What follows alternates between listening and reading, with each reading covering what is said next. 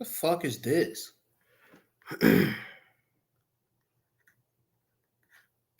Watch overview.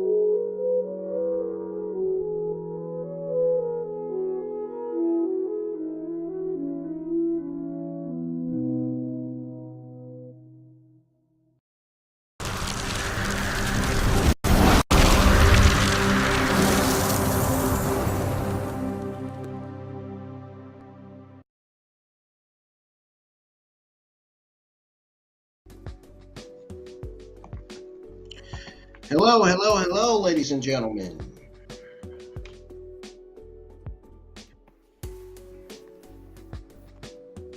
Good evening. Good evening, and welcome to the IWN YouTube channel. If you guys are new here tonight, you're new to the channel, hit that subscribe button, turn on the bell for notifications. Make sure you hit the like button. Let's get at least 4 or 5 likes on the stream for tonight.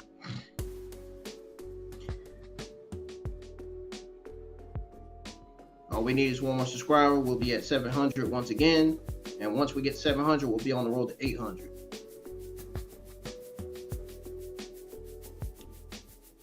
Attention to the new people that's just now tuning in. We are live for NXT episode 817, where it is kicking off with Trick Williams coming out. Yes, Trick Williams, 2-time NXT champion. I'm sure Ethan Page's got to be somewhere watching backstage, unhappy and unimpressed.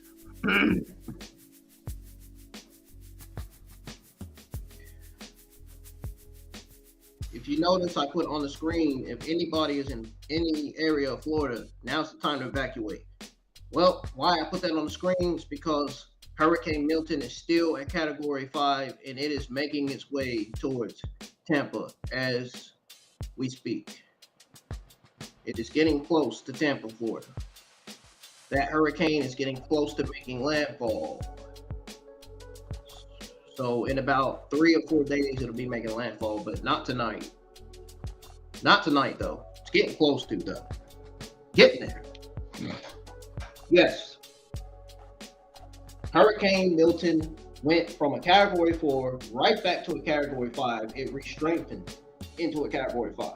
Yesterday, it was a Category 5, but it was 180 miles per hour. Then, this morning, it was a Category 4. Last night and this morning, it was a Category 4. It was 165 miles an hour. Or not 165 miles an hour, but 155 miles an hour. Then, it strengthened. It went right back to Category 5 status, and it went right back to 165 miles per hour. Wow. Wow. My prayers go out to everybody in Florida, man. I mean, including my older brother and my stepbrother's grandma. Let's go ahead and tune into NXT where we got Trick Williams cut the promo because I want to see what he's I want to see what he's saying right now because I'm missing some of it.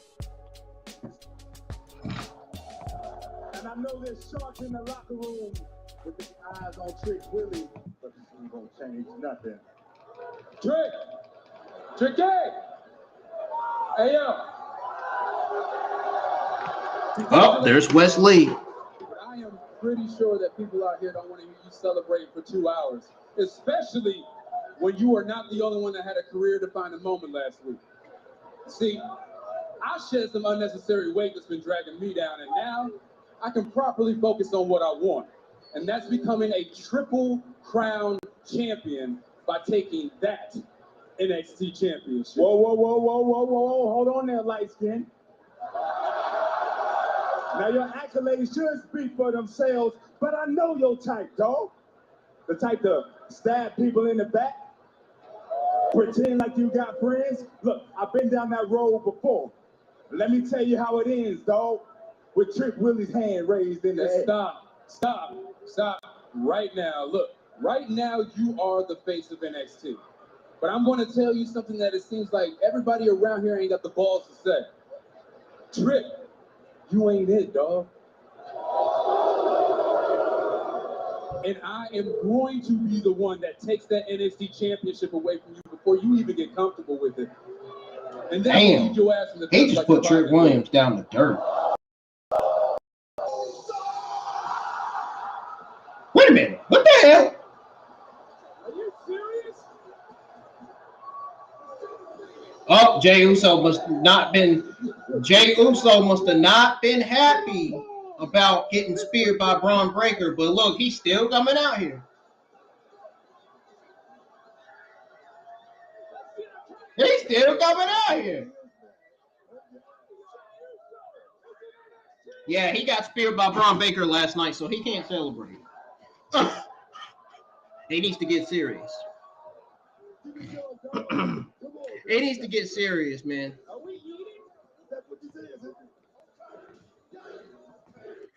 But what exactly does Jey Uso have to say? Hello, everybody. My webcam is on.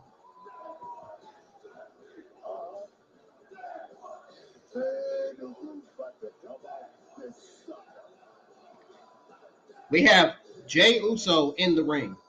Not kidding. Yes, literally, not joking. We got Jey Uso in the ring.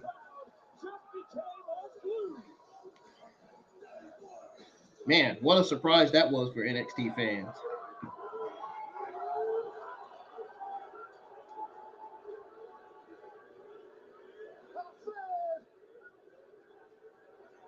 Main event Jey Uso is now in your city.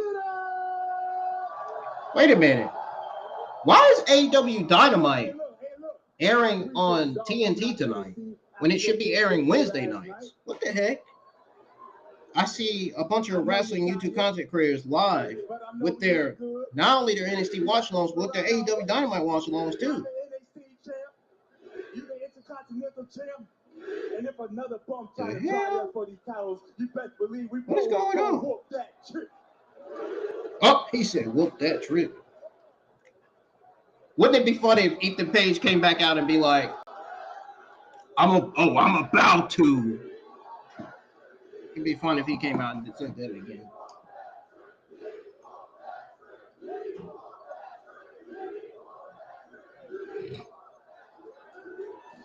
I like that.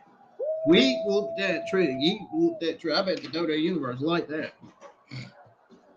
They could be a tag team. I think they'd be a good tag team, though, to be honest. I mean, with that, whoop that trick. That would be a good. That would be a good tag team.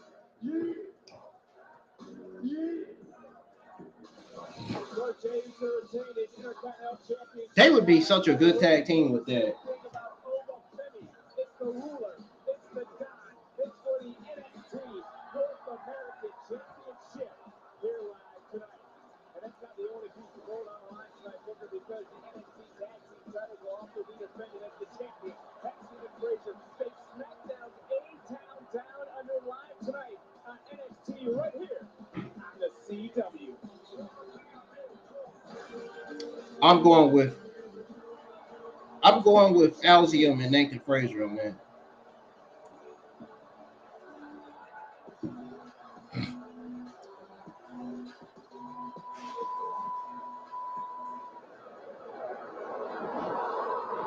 Uh-oh. A storm is coming.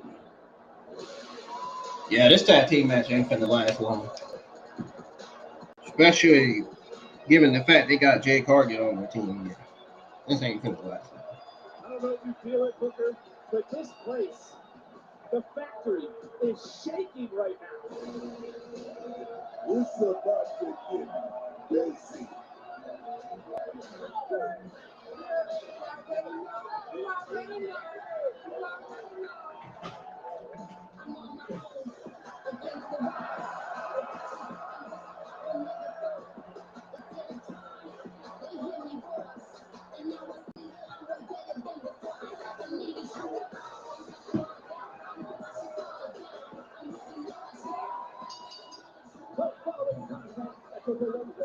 Weekday 6 Women's Tag Team Match. Introducing first, the team of the NXT Women's North American Champion, Kelani Jordan, and the WWE Women's Tag Team Champion, Jade Cargill, and Bianca Belair. There's a lot of gold on your screen right now. The business is about to start. Which trio will have their hands raised? 6-woman tag team action is live. It's next on NXT.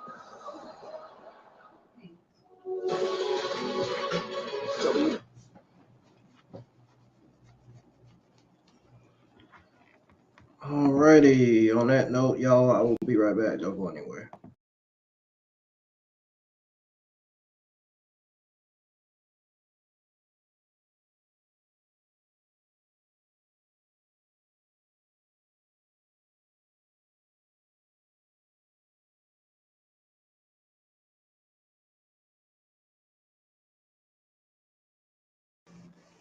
More NXT coming your way. Don't go anywhere.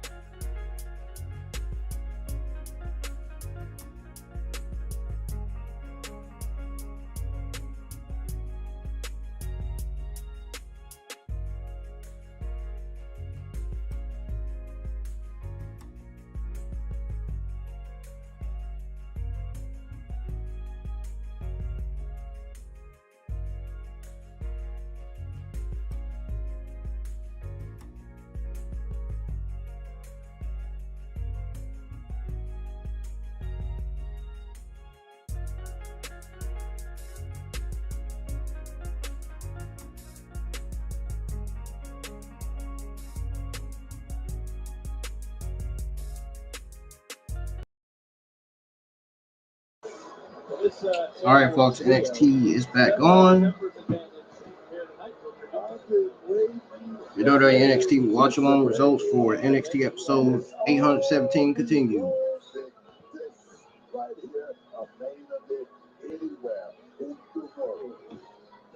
First time ever NXT TV is in St. Louis. We are sold out in the factory. What a way to kick off tonight. How about the moment we just had Jade, so the Intercontinental Champion, Trick Warrior, the NXT Champion. Always expect the unexpected. What's up with Wes Lee, by the way? Dude is trying to take his name, man. I like that. Call your shot. Let's get the action going. Oh, here we go. Early on Here we this go. Fallon Henley taking advantage. It's Kelani Jordan, who is a legal superstar for her team, who said last week on commentary she is not ducking any member of Fatal Influence. Well, I mean, it seems like she's definitely moving to the ring. She's got a posse with her. She's got it in. Cover. That's what I'm talking about. I'm looking at Fatal Influence, and this is a moment for the Fatal Influence to come up, step up, and take this moment, Vic. Kelani Jordan now coming right back in, and this That was a great move by Kelani Jordan. That wasn't bad. Look at that drop kick and all. She going. She is rolling. Belair and Cargill, the WWE Women's Tag Team Champions. Belair, first time competing on NXT in nearly 4 years. For Cargill,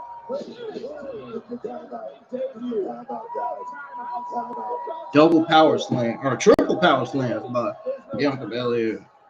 Kelani Jordan and Jade Cargill. Cargill. North American Championship is being defended. There is the champion, Oba Femi, warming up, getting ready. Yep, I see him on screen. Oba Femi getting ready. Later on tonight. I would not want any of that tonight. Oba looks mean, man. He looks ready. The defender looking for his 11th successful championship defenses. There from Bianca Belair, the EST.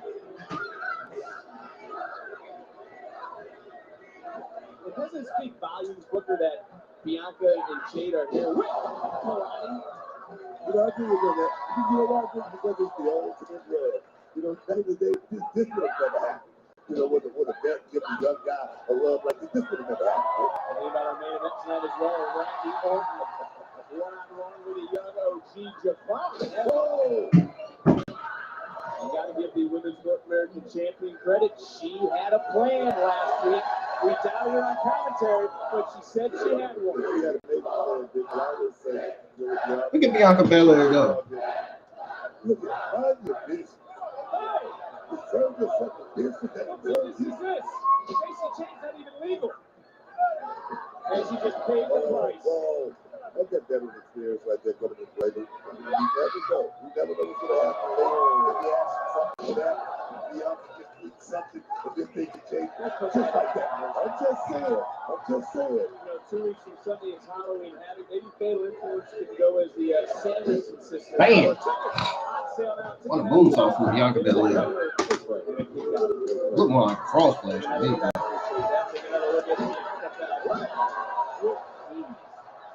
Talking about athleticism. In comes Jade Cargill. Look, Belair Cargill, they're going to defend the tag team title. Uh-oh.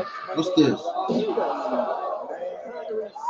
But what stands out to you most about the tag team? I mean, it's powerhouses. I mean, they got all the tools. I mean, they can do their company with each other very, very well. Look at the sprint right now. Jade Cargill, so easy. Wow.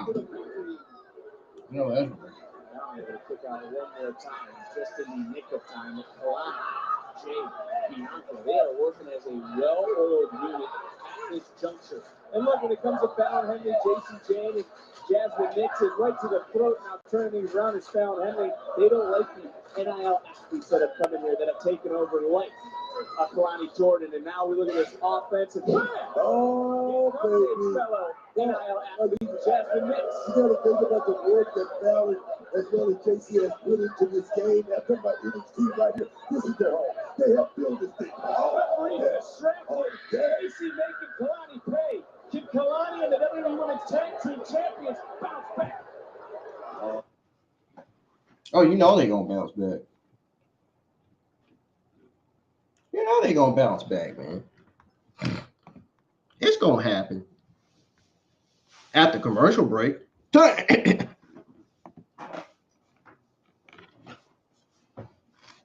It's going to happen after the commercial break.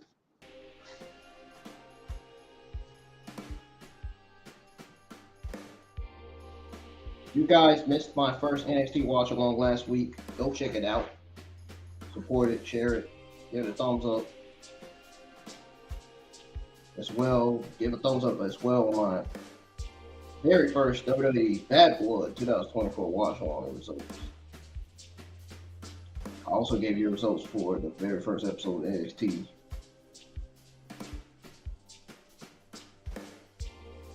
I wonder why. I'm curious as to know why Dynamite is on TNT tonight. It's not even Wednesday, it's Tuesday.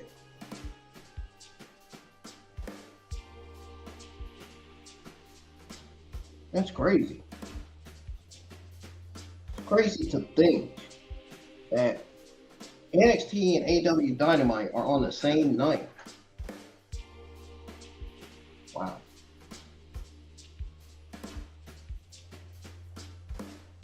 I think AEW tried to clash against NXT on purpose.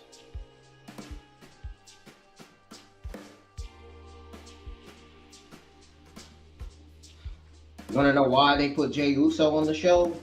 Is to make sure the ratings are going up high. Is to make sure NXT beats AEW Dynamite tonight. I wouldn't be surprised if we get more surprises. That explains why Randy Orton's on there. The Tuesday Night War tonight. Basically, NXT is going against AEW Dynamite. I didn't even know AEW Dynamite was on tonight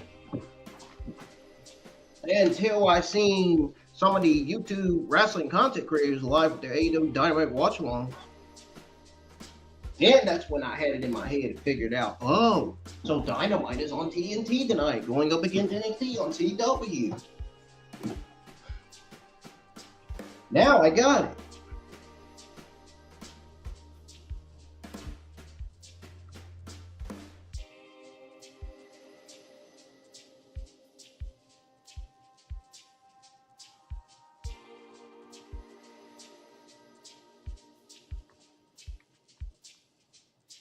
Wow. Okay. Ladies and gentlemen, as of right now, NXT episode 817 is on its second commercial break of the night. I've been keeping up with the commercial breaks, even though I don't like commercial breaks, but I've been keeping up with it. I keep up with how many commercial breaks that NXT goes on.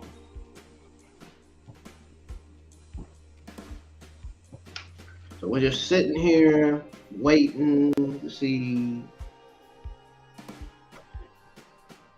Sitting here waiting until it comes back on. I'm not gonna warm up my food until it goes on the third commercial break. I'm just gonna sit. We're just gonna sit here and chill and wait. Listen to some background music. My question to you guys is, what do you guys want to talk about before NXT comes back on? What do you want to talk about? What do y'all want to talk about tonight?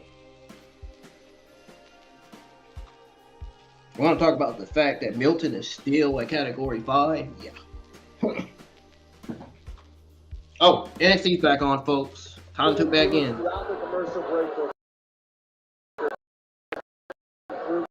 And listen to this terrible Vince Joseph. I'm more focused on the action than the commentary team anyway.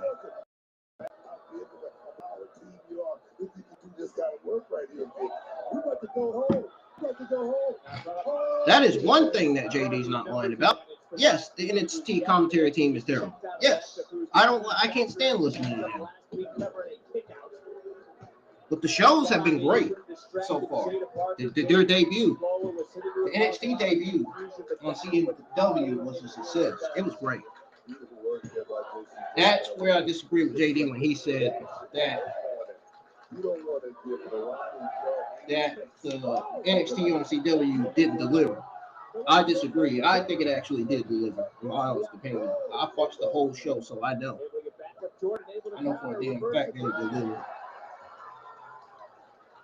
Right under the jaw. Things turning around now for Kelani Jordan, and can things turn around? Trust me when I tell you I watched the entire fucking show, and I know damn well that NXT delivered last Tuesday night. And you know what? Another thing JD's right about, the fact that NXT Black and Gold will always be the number one NXT. Well, I've said that too, but I've said that before too, but still. NXT Black and Gold will always be the number one greatest NXT of all time. By the end of next year, or the beginning of this, no, by the end of this year and the beginning of next year, NXT could very well be number 2.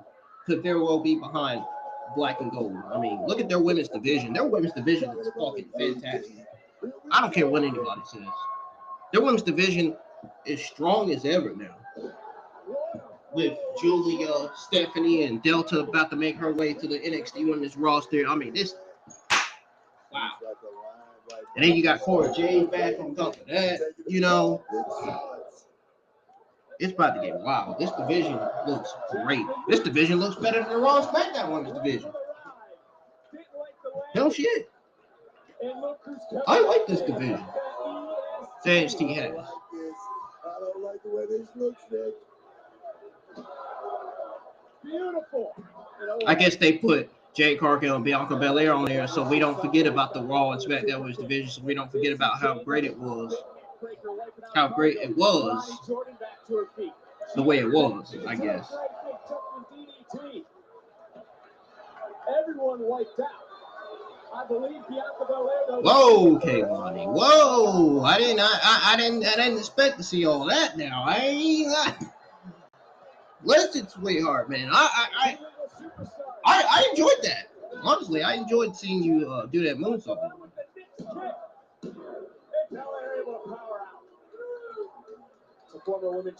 Of course, Belair was going to power out from that.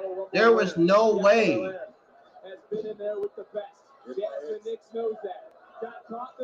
Uh-oh.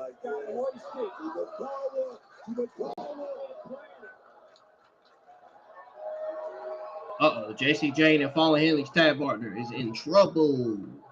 In the WWE Women's Tag Team Champion, putting on a show here tonight. Yeah, this is it. Done. Looking for that one of a kind. Done.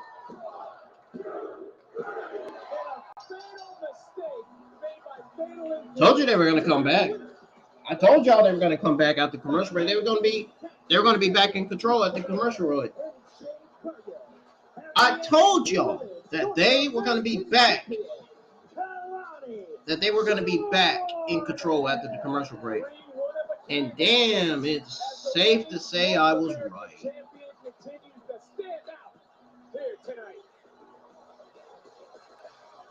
Ready? You're always ready. You're always ready. Business tonight, as usual, amigo. Well, as long as we keep up the culture, right? Guys, I got a question for you. So, this Javon Evans, right? How fast exactly is he? Well, he might be the fastest guy in NXT, if I'm honest. I'm really looking forward to him. Hey, dude, but what do you mean he's the fastest guy in NXT? I'm right here. No, Randy. No, what do you mean? I'll prove that I'm faster. I'm sorry about this, Randy. Apologies, Randy. I've been known to be a little bit of a Hothead. Yeah. Trust me, I can relate. But there's nothing wrong with being a hothead. In fact, sometimes we all need to find our darker place. See what I mean? All right. You see, Randy Orton just said it's a good thing. So as far as I'm concerned, I'm taking it and running with it.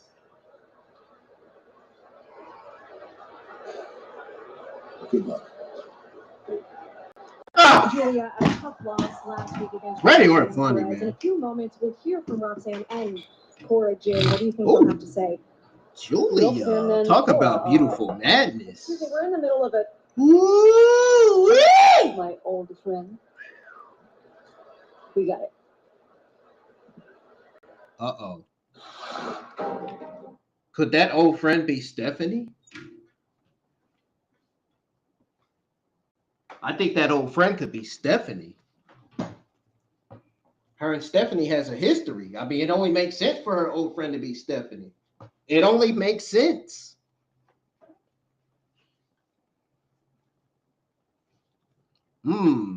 I can't wait for this. I can't wait for this episode to come back from third commercial break. I'll be right back, guys. I gotta go finish warming up my food. Don't go anywhere.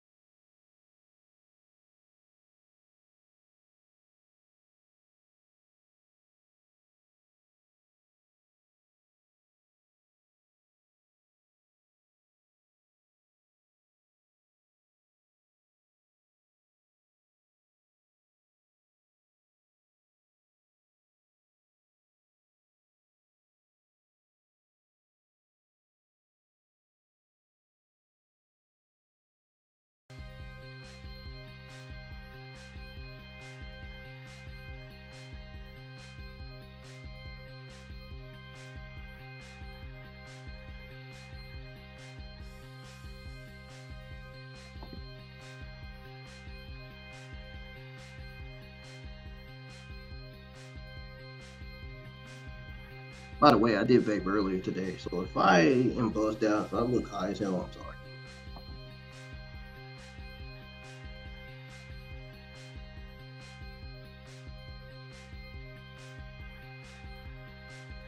It's due to what I had to. It's due to something I deal with.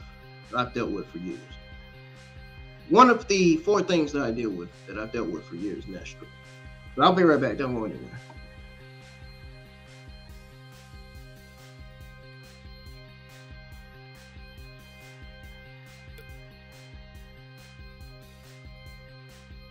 I guess we'll find out who Julia's old friend.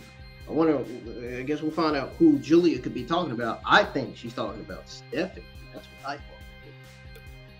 That's who I thought she's talking. When she referred to old friend, I think she's referring to Stephanie. I'll be right back. Don't go anywhere. We'll find out.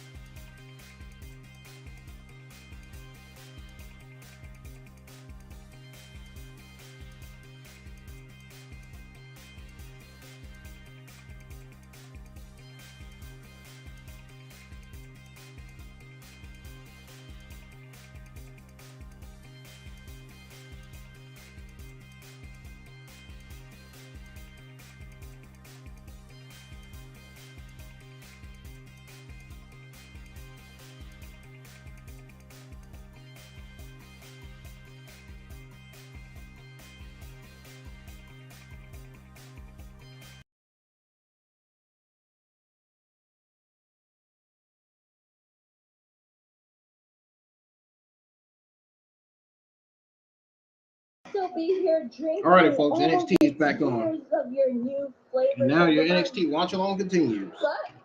But thankfully, I don't have to drink anymore because the old friendship is starting to reignite. Oh, she's about to say something else. Welcome to the generation of Jade.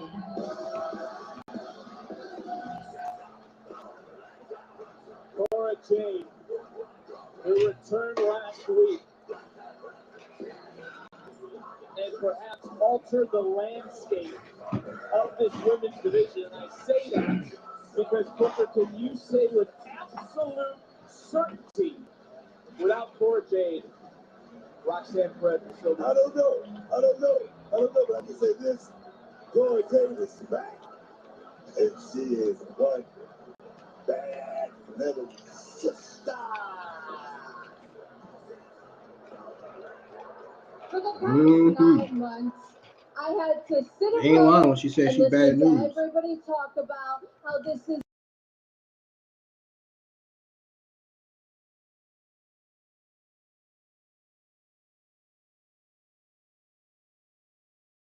but for some reason, my name was left off that list. Imagine that. And you know what? That really, really pissed me off. So, when I came back, I wanted to make sure everybody paid for forgetting about Jade. So, when I lost Julia the NXT Women's Championship, nobody saw it coming. Heck, not even Roxanne. Listen, the woman you used to know was a young girl trying to make it in NXT. But the woman you're looking at now is the Mark, can you get that door for woman me? who is going to make Can you get that door? NXT. The door that was open.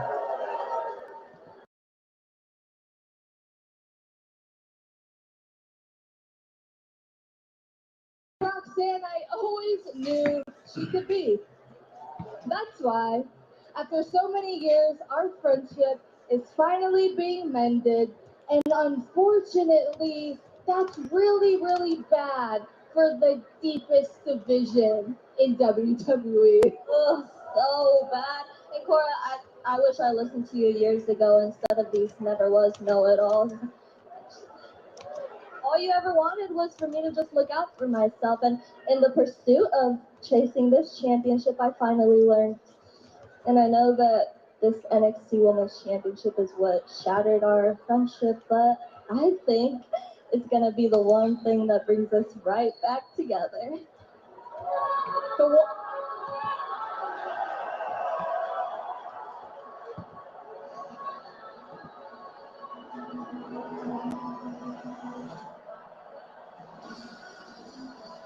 Well, there's the woman who believes she should be the women's champion, Julia.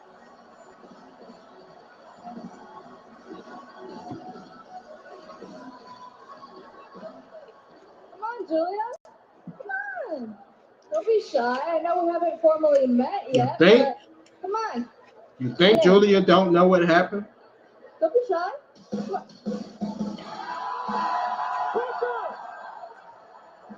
It looks like we found out who that old friend was. What the? I told you.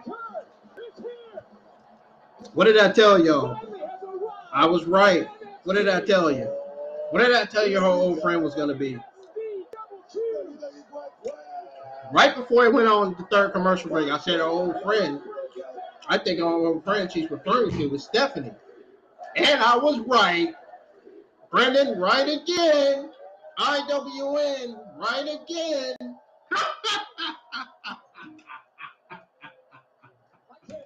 Oh, man. Cora Jade, Roxanne Perez.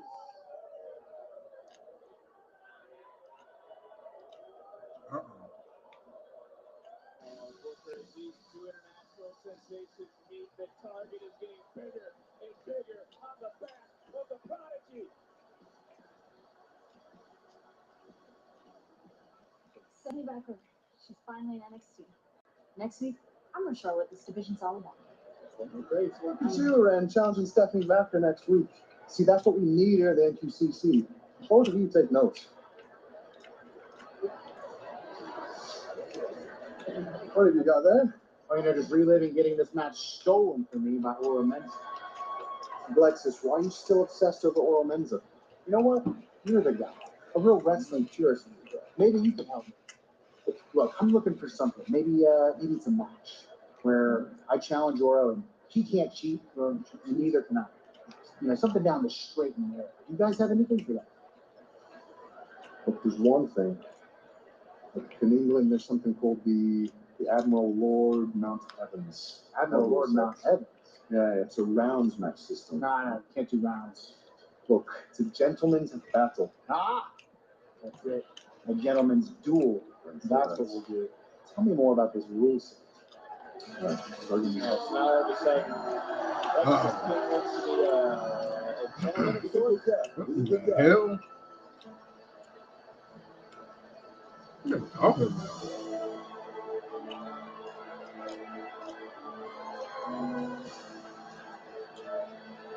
Well, can Tony What the hell are they talking about? be the one to finally defeat Oba Femi? Is the belief back in the family? I don't know what the heck they were talking about, though. First to die for the North American Championship, and this match is sponsored by Progressive. Biggest thing I've learned so far, don't sweat the small. Damn, they went on commercial quick.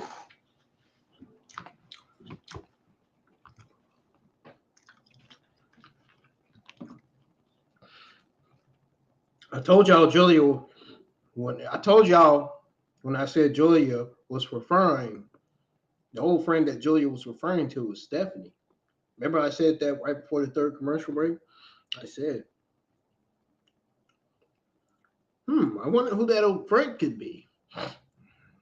I think she's referring to Stephanie. I kept saying it so many times. Sure enough, Stephanie comes right out of nowhere. Julia looks her head up like this, and Stephanie, hold on, don't turn on the camera. Julia did her head up like this. Sure enough, Stephanie came out.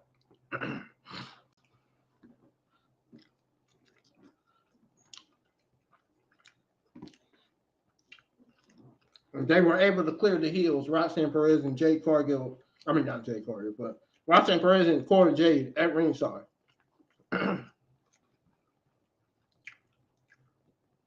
They were able to clear the heels. The heels escaped.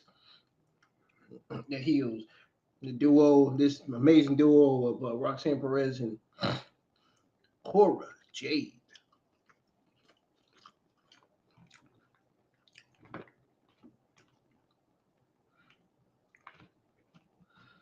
I like this duo of Julia and Stephanie. That's another duo I like right there.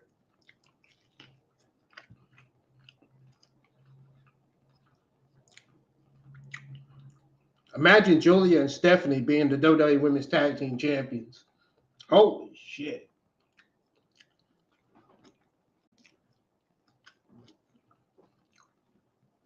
Imagine Julia and Stephanie being a tag team. Imagine that. I can imagine. I don't know about you guys. I can imagine them being in a tag team.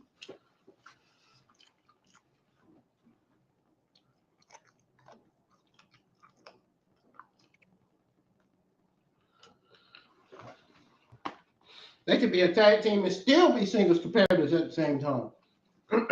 That's how good they are. That's how great both of these ladies are. Same with Cora Jade and Roxanne Perez.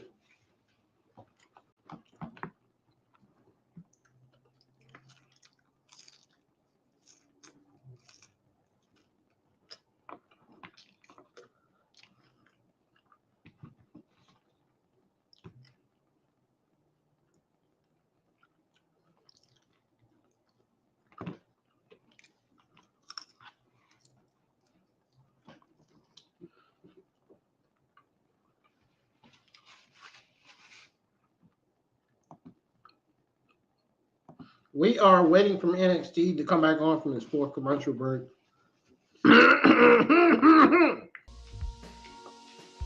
Yeah, I got something in my throat or something the way I'm talking. Seems like my voice changed quick.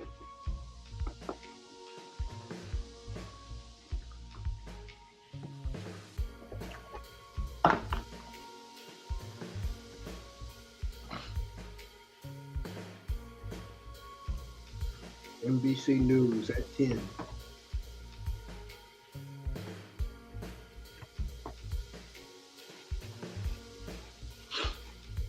All right, guys, NXT's back on.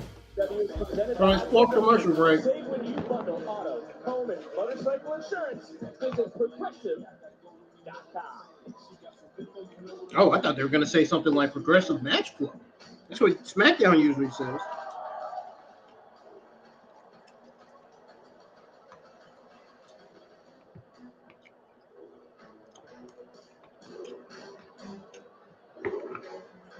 You know the fans love the entrance of Oba Femi.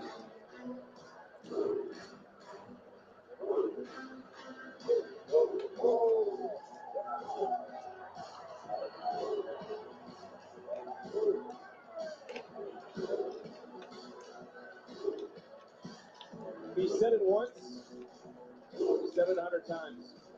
Oba Femi has said that Tony D'Angelo is broken. Yeah, and the thing is, I wonder if it's true. The thing is, he was very confident.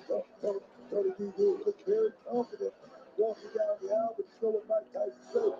Until a man gets hit, and that is the plan. After that, it all goes out the window. We're going to find out a whole lot about Tony D.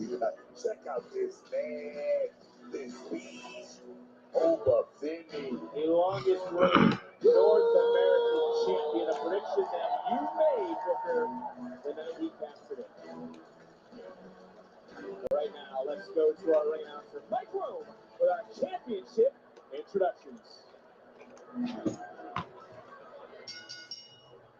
The following contest scheduled for one fall is for the NXT North American Championship.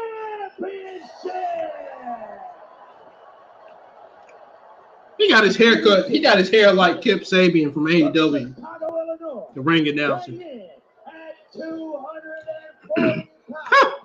That's funny. Representing the D'Angelo family. Boom, boom, boom, boom, bam. No, I'm just joking. No, but seriously, he does have his hair like Kip Sabian, though. Makes me wonder, is he and Kip Sabian related somehow? And his opponent from Lagos, Nigeria, weighing in at 310 Not quite. pounds. He is the NXT North American Champion, Oba Femi. Oba Femi. No one, as you just saw, has held that title Oba longer than Oba Femi. Femi, not Wes Lee, who we saw earlier tonight, or Carmelo Hayes. The first of two championship matches tonight. They're live on NXT on the It's going on here, man. This thing ain't acting right. Believes himself once again as we get ready to start this North American Championship. We're going to find out very quickly, but I've grown to learn that it's He tried to scare Tony. That was funny. Here he goes. That might be the case in this matchup, but right now, Tony D's looking good. Look at the Don right now. We go back to some of the training we've seen him do, getting in there, getting into the body catch. Right,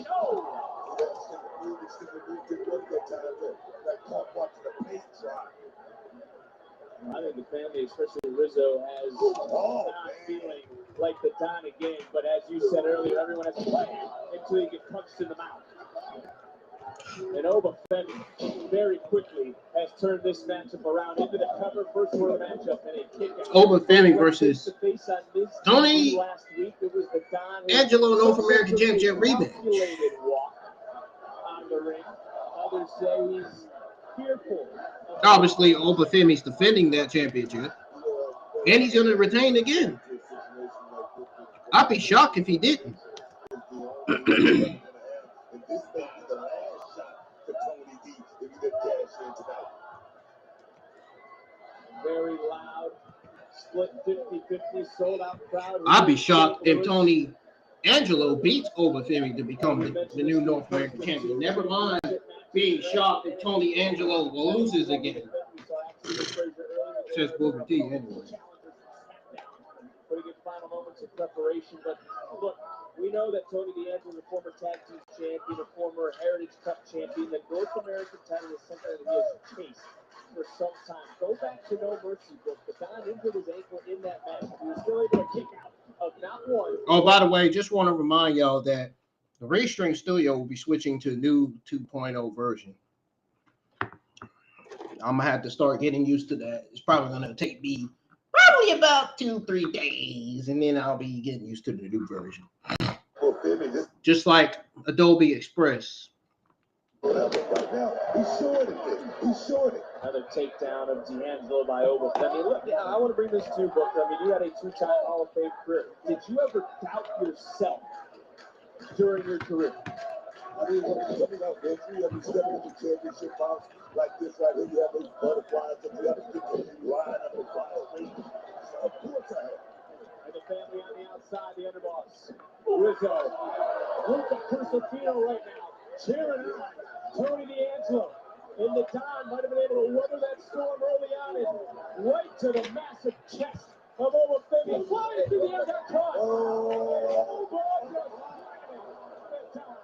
Spine first. Can the Don get back North American title on the line? At Burger King, we flame grill our burgers. Why? Because that's how it should be done. Hot, juicy, smoky, flame.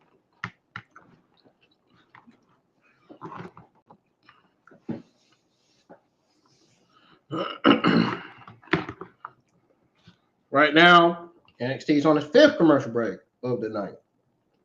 So it sounds like it's going to be a total of either 6 or 7 commercials. Wouldn't be surprised if it be 8.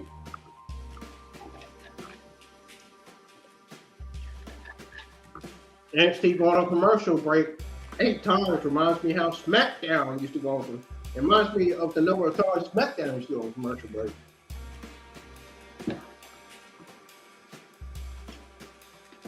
And see, SmackDown, they be going on commercial break nonstop. Like,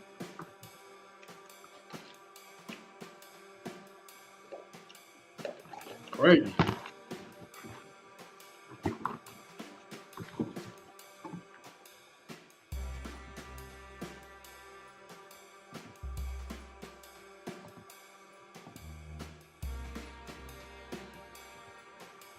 So what do y'all want to talk about before NXT comes back on?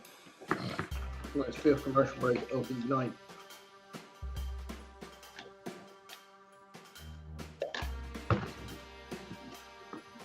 I'm gonna go ahead and one thing I'm gonna go ahead and give you guys an update on is the tropics.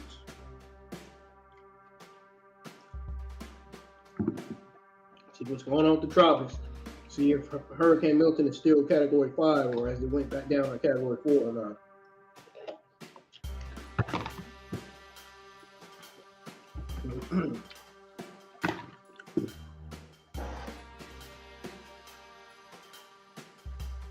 Hurricane Milton is said to batter.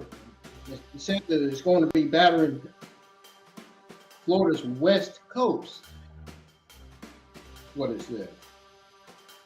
On the weather app. Yep, Milton is still a Category 5 as we speak. And right now, it is still 165 miles per hour.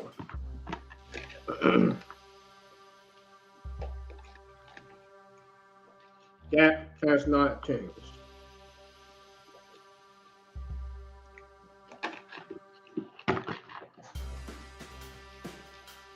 Question is, what are the other hurricanes that's on the coast right now? Well, we got Leslie in 21. Leslie is about to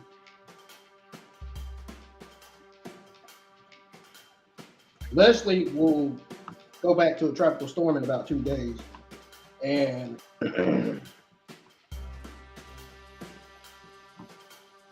Hurricane 31 will be back to a tropical depression. So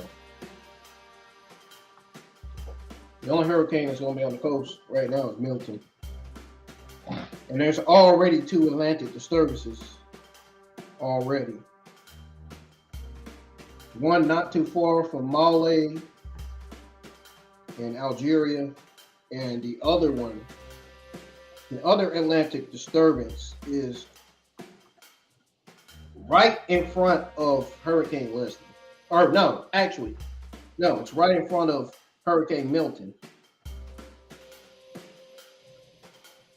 It has a chance of performing, so it has a chance of performing another hurricane. Yeah, that don't look good. And then we got a disturbance up there in the Pacific Ocean across from Mexico. Well, that's the tropics. Update on the tropics right now. Still back into NXT, where we got the NXT North American Championship match continuing from the 5th commercial break of the night that I'm sure y'all seen. I'm sure y'all can care less about hearing the commercial. I don't blame you. I agree with that.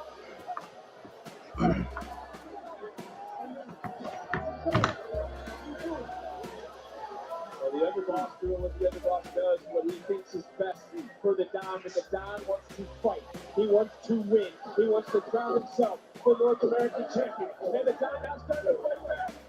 Yeah, I think they're looking to turn Tony Angelo heel.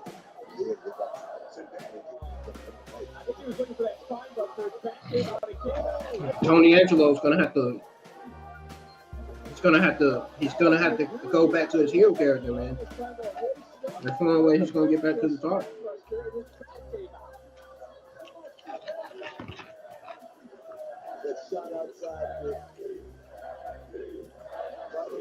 One of his guys gave him something, and he gave it back to him.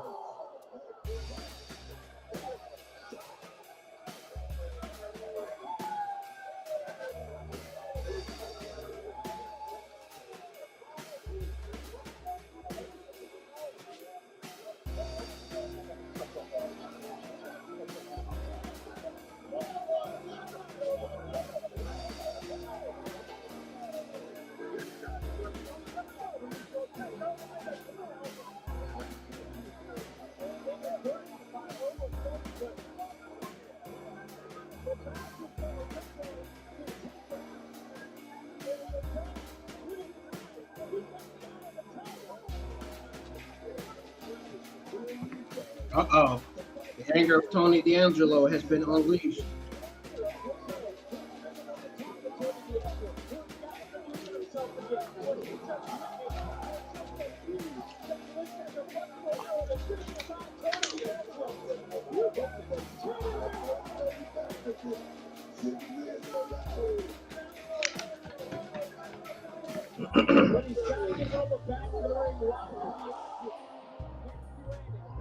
His body was jiggling from there.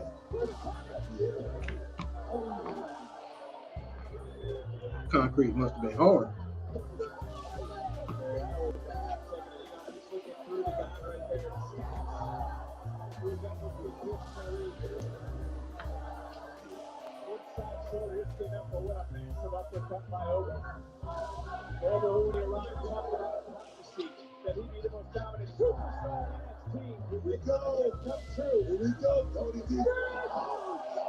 Wow. Big drop kick from Oba Femi.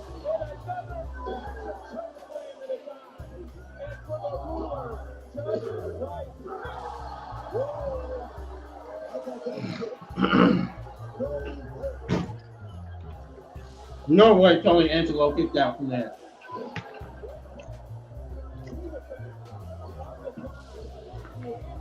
I think he's trying to drain Oba Femi's energy. That's what I think Tony D'Angelo's strategy is, to drain his energy.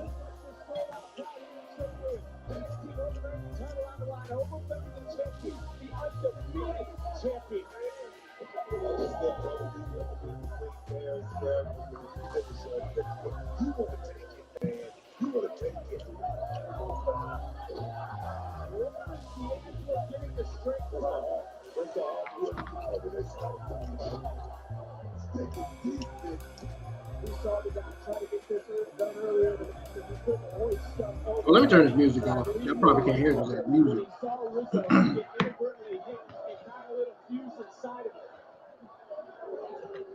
Oh, wait. Oba Femi is trying to break. He's trying to break from that German suplex that Tony D'Angelo was about to give again. And Oba Femi just fell down right when he gave him that move. Oba Femi fell down.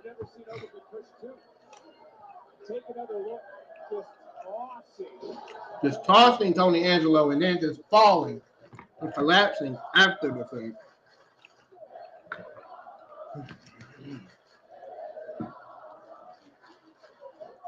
I never seen Oba Femi collapse like that and then get back up.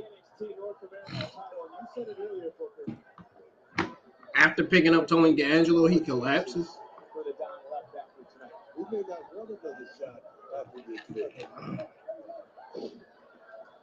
Well, he was able to get Oba Femi down, but he's getting back up again. What an uppercut from Oba Femi, but Tony D'Angelo wisely rolls out the ring. Right out here, you hear the official say, get it back in the ring. Get up, back it up.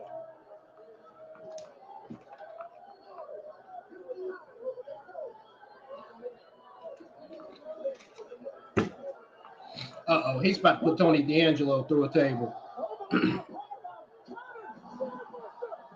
Spine buster onto Oba Femi, onto the table from Tony D'Angelo. Wow.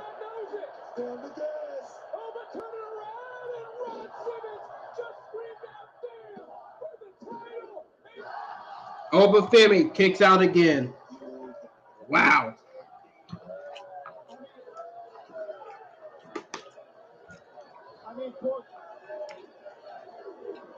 Because anytime, What does he do now? What does he do now? Because if you look at the dial, is he broken?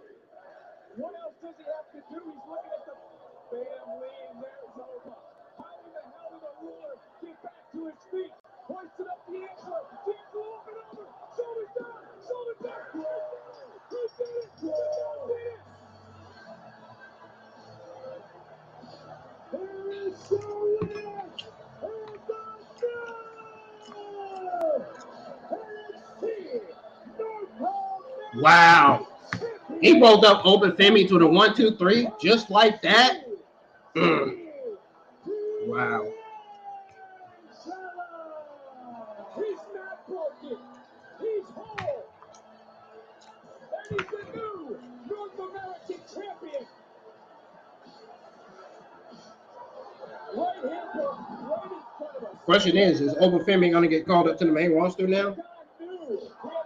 Or is he going to be focused on the NXT Championship?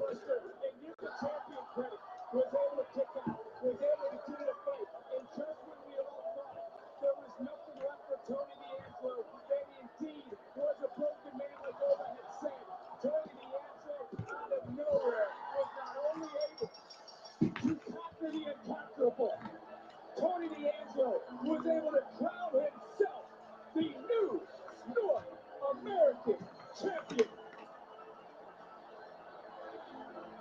As we get excited about tonight, let's go back to last week. It was following a tag team matchup.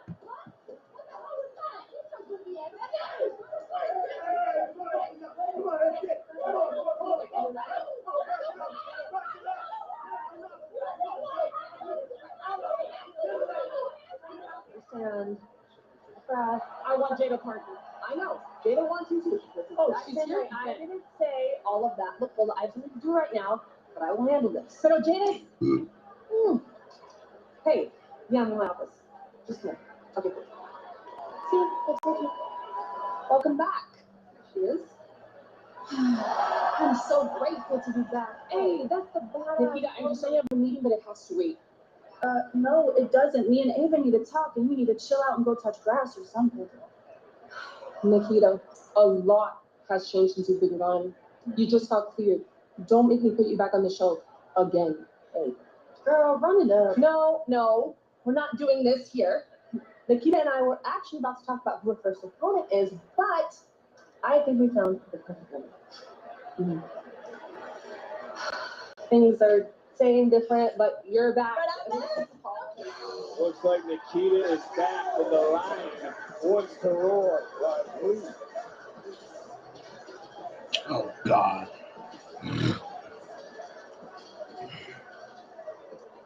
More like A-Town down, no. More like A-Town down, so. Time for our second championship matchup, and after what we just witnessed, and again, the quote you book, expect the unexpected. NXT Tag Team titles on the line. A-Town Down Under versus X-Team and Frazier. It's live. It's next.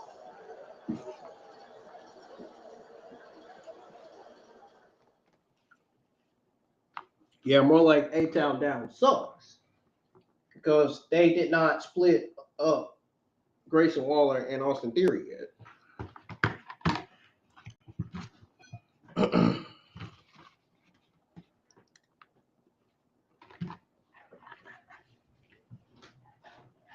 That's why A-Town down sucks.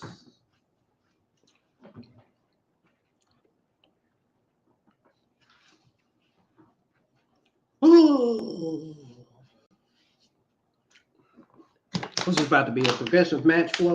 No.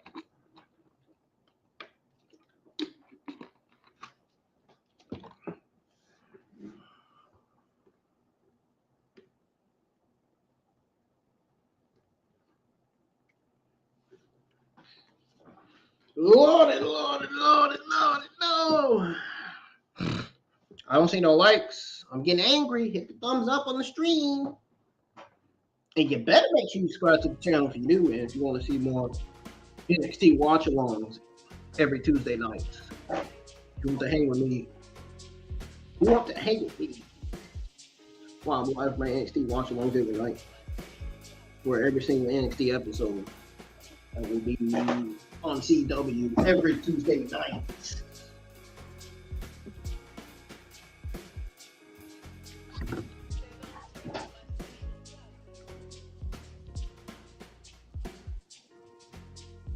Tonight was the night that Tony Angelo became new NXT North American Champion. Tonight was the night where we saw Jey Uso and Trick Williams celebrating in the ring, in the same ring, on the same brand. Well, Jey Uso's on the Raw brand. Trick Williams on the NXT brand, but you guys get what I'm saying.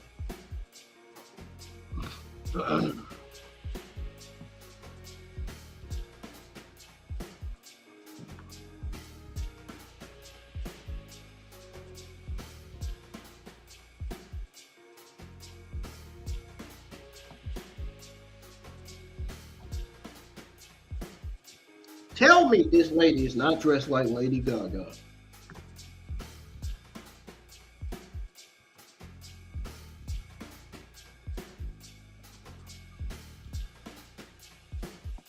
This lady I saw on the commercial just now.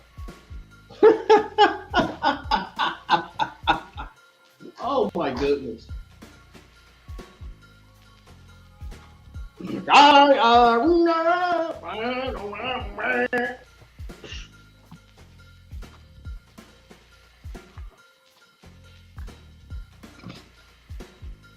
Jesus. Give me a break.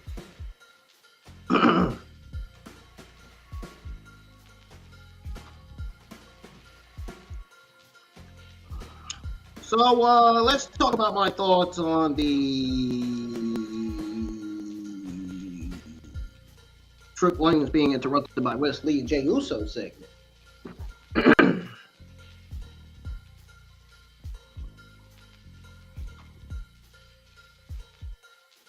What I'm going to talk about this segment is that Trick versus Lee exciting totally havoc, especially after his brutal win over Zachary Wentz.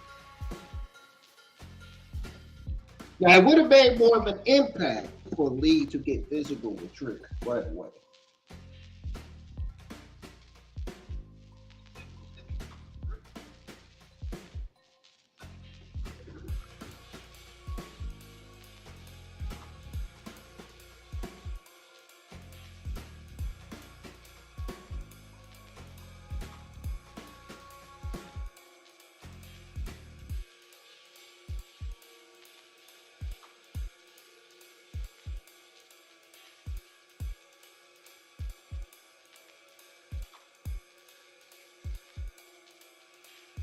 NXT is back on. Anyways.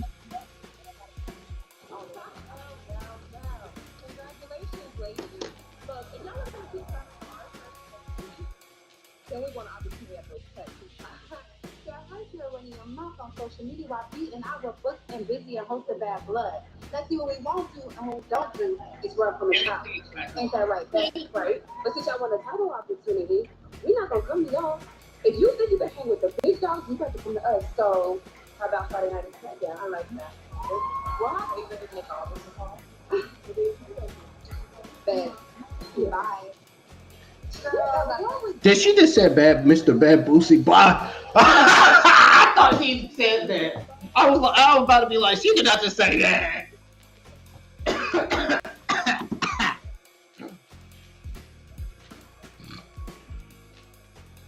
I think she was about to say Miss Bad Bitch.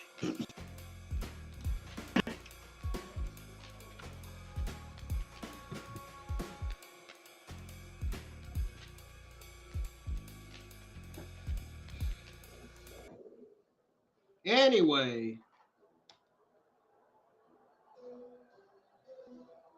Look, is this a chance for the champions to really prove themselves again? Because this isn't an NXT tag team. This is a tag team that is on SmackDown. This is a tag team that's competed at WrestleMania, even victorious at WrestleMania. No doubt, because they always going to come in as the underdogs when they come in. Austin Theory and Grayson Waller are copying Alzium and Nathan Fraser. That's funny. That's really funny. That was hilarious. Anyways, as I was saying, we're going to go over this again. So,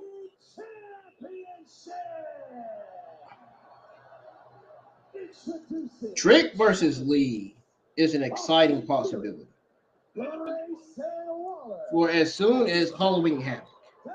Now, after his brutal win over Zachary Wentz, though, it would have made more of an impact for Lee to get physical with Trick right away. Now, the 6 women's tag team match, it was a solid women's tag team match, given that NXT has a solid women's division. Well, more like a great women's division, actually. They got the best women's division in WWE right now. Better than the Raw and SmackDown women's division, I give you that much. Right now, it is.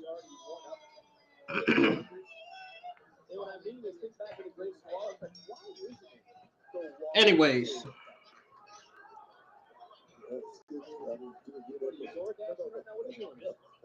This match had the crowd loud. Especially once Jade Cargill came out to her, theme song. And for the women's tag team championship match, or not tag team champion, but for the women's tag team match. Well, Kelani Jordan is the NXT North American Women's Champion, and Jade Cargill and Bianca Belair are the WWE Women's Tag Team Champion. But anyway, WWE brought some A-level talent to this week's NXT. Nathan Fraser and Alzium are taking control of this tag team match for the NXT Tag Team Championships. Let's continue to go over this 6 women's tag team match while this NXT Tag Team Championship match is happening on NXT on CW Network. They're showing Randy Orton get ready for his match against Javon Evans. I would be shocked if Javon Evans gets a win over Randy Orton because I don't know how the fuck he's gonna. I don't know how the fuck he's gonna beat Randy Orton. I just don't know how he's gonna do that.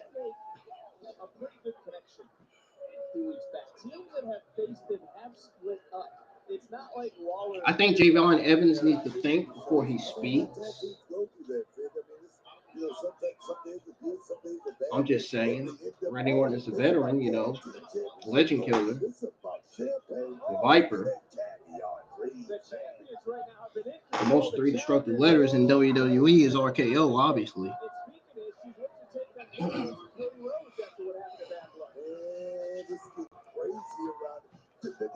Isn't Randy Orton one of those Triple Crown champions?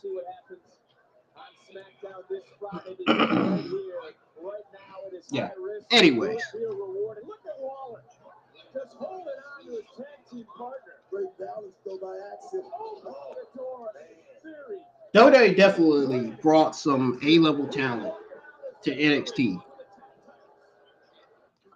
So Belair's talent jumped off the screen in a way that few can definitely relate and replicate. It was obvious that she was a level above her opponents and partners in the ring. It was inevitable that Fatal Influence would lose once again. NXT has at least protected Henley as the most dangerous threat to Kelani as Women's North American Champion.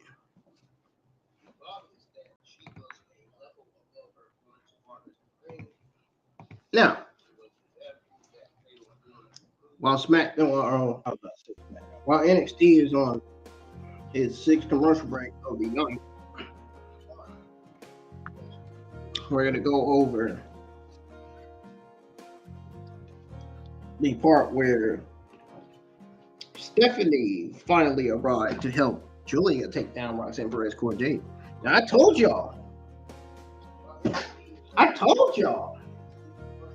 that the old friend that Julia was referring to was Stephanie. I said that 3-4 times already. Probably about my 5th time saying it. I just want everybody to make sure that I was right. Again, of course. Anyways, with the EST and the Storm heading back to SmackDown after this week's episode of NXT, Fatal Influence should have an opening to shift the momentum back into good state before challenging for the gold.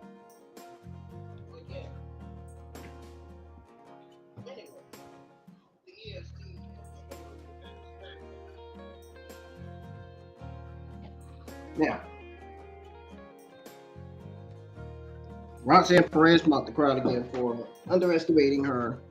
She then brought out Cora Jade, who explained that her friendship with the Prodigy was mending thanks to Perez's new attitude.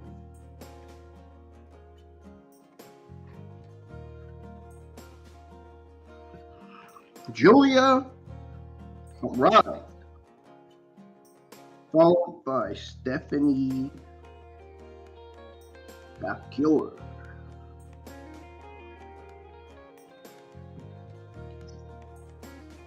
Making her first physical appearance in NXT. Julia Bakura charged the ring and cleared out Perez and Jade.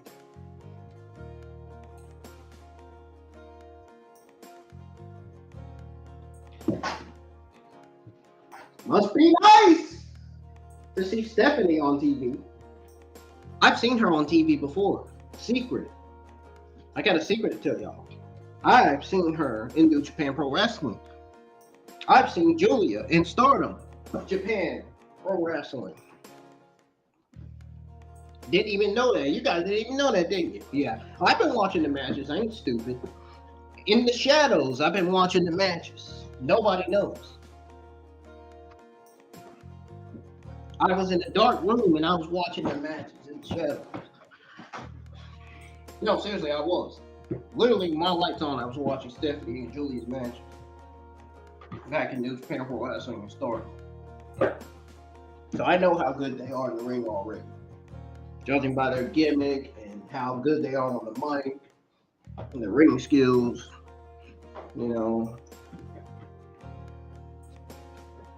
They look beautiful, don't get me wrong. I ain't got nothing to do with looks when it comes to wrestling. But, you know. I mean, looking athletic, yeah. Athletic-wise, yeah, but, you know.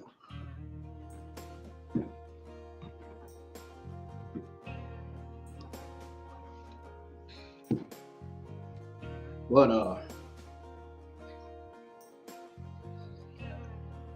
the Beautiful Madness has been doing good with her presentation so far. I don't see nothing wrong with it. That's the IWC community. That's what some of the geeks online are saying, that her presentation is getting better. It's already been better. It's been better. Obviously, people don't watch the show enough to see how good her presentation is. People just say anything like, "Oh, she don't speak English real good. Oh, she's terrible." No, she's not. She is great on the mic. Her gimmick is great. I think the Beautiful Madness is a perfect gimmick name for her, honestly. It reminds me of Asuka's gimmick. It really does. It reminds me of Asuka's gimmick, known as the Empress of Tomorrow. I can see Julia being the next Asuka in WWE, no question about it. Just like I could see Stephanie being the next Rhea Ripley. Or the next Raquel Rodriguez. Or the next freaking, let's see, who else? Who else? I'm trying to think who else is in the WWE that she could be. Or maybe the next Sonya Deville. I mean, you never fucking know, dude. Like, honestly, I can see her being the next Rhea Ripley.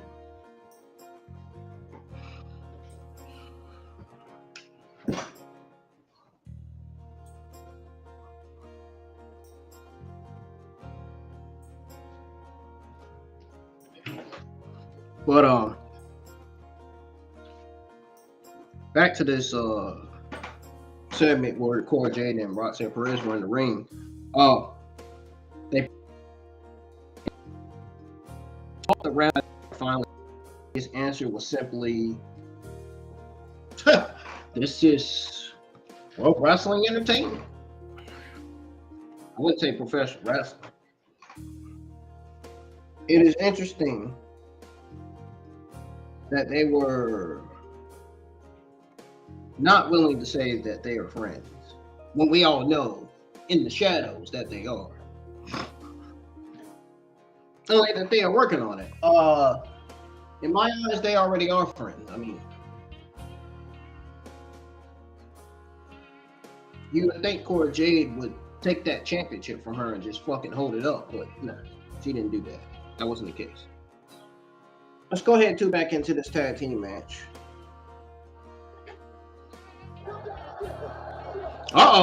Double submissions from Alzium and Nathan Frazier. And we must have been missing out on 10 minutes of action. I was too busy going over all those other matches that happened earlier in them segments.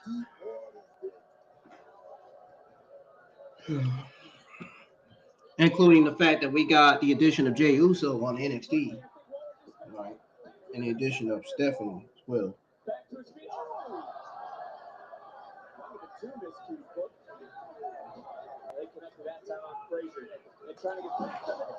Bianca, Belair, and Jade Cargill have been on NXT so many times, I don't even got to say their name. I don't even have to say their name because I know they were on the last one. Before that, they've been defending those championships around the world.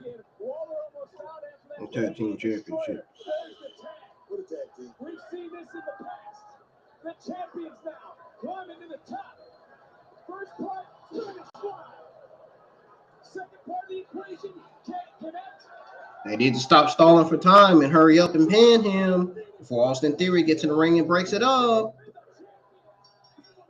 Bryce Owano looked like he had his leg down when it said two.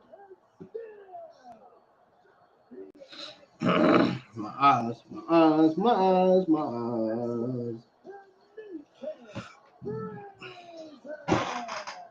defining moment for the NXT Tag Team Champions.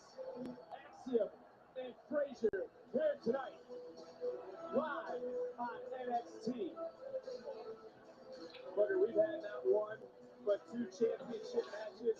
But this woman has been nominated for 3 BET Awards. Oh, Jesus.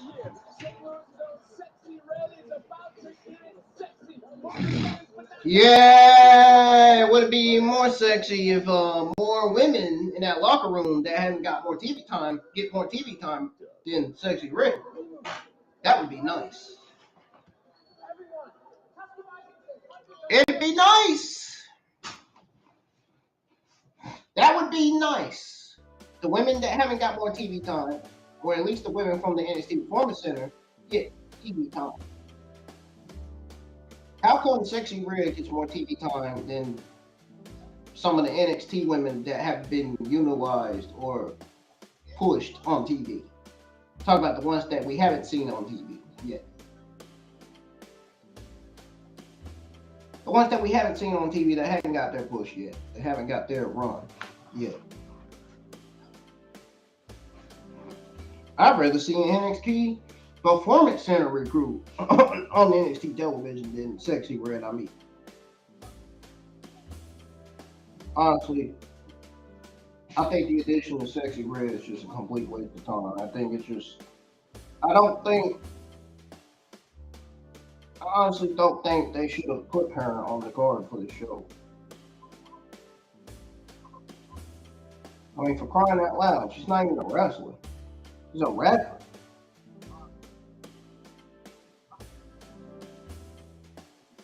I'm not gonna say nothing bad about her, but I just don't think it's right to put Sexy Red on there and then not give other NXT women talent more TV time. Like, that's not right.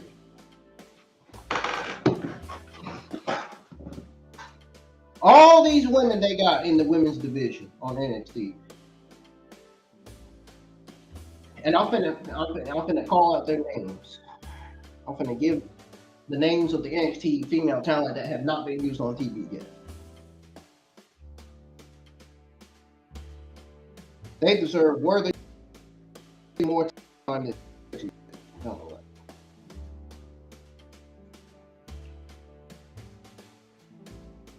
Adriana Grace. Where is she? On TNA. Not being used or pushed on NXT. I would rather see her on TV than Sexy Red. Oh yeah, what about Randy Reese? Shouldn't she be getting more TV time than Sexy Red? Yes. Shouldn't Adriana Rizzo get more TV time than Sexy Red? Yes. Shouldn't Danny Palmer be getting more TV time than Sexy Red? Yes. All this NXT women's talent they got. I mean, they don't get me wrong, they got the best women's division ever, but nobody wants to see Sexy Red on TV. Everybody wants to see other women's talent get pushed, get their time, their TV time. You got Danny Palmer, Carly Bright, Randy Reese, all these other women they got in the women's division that have not got more TV time. Like, I feel like it's just unfair to them. I feel like it's unfair to not only them, but also Gigi Dolan, Izzy, all these other women that haven't got more TV time yet. And even Kendall. Like, you got all these women talent, and Miko Satomura, you got all these women talent, and you ain't even using them on TV? You're not even giving them more TV time? What? This is not Triple H, I know. Unless they are having matches in the Performance Center, unless they're being trained still. No, they are actually on the NXT Women's roster. They should be on TV. They should be getting their push. They should be getting more TV time than Sexy Red. There's no reason why Sexy Red should be getting more TV time tonight than Adriana Grace, Rizzo, Reese, Bright, Palmer, all these women, female women talent. Izzy, Dummy, or Dame, or whatever. And this is such a disgrace. How in the hell are you not giving Miko Satomura TV time? You mean to tell me you'd rather put Sexy Red on there Did Miku set him? We're gonna talk about a veteran and a legend in the game, man. Like one of the greatest Japanese female professional wrestlers of all time, man. I mean, are you serious?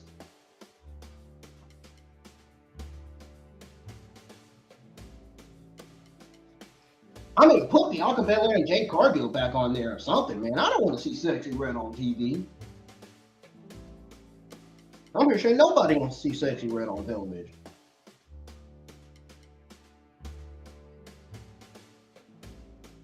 Rich Holland and one of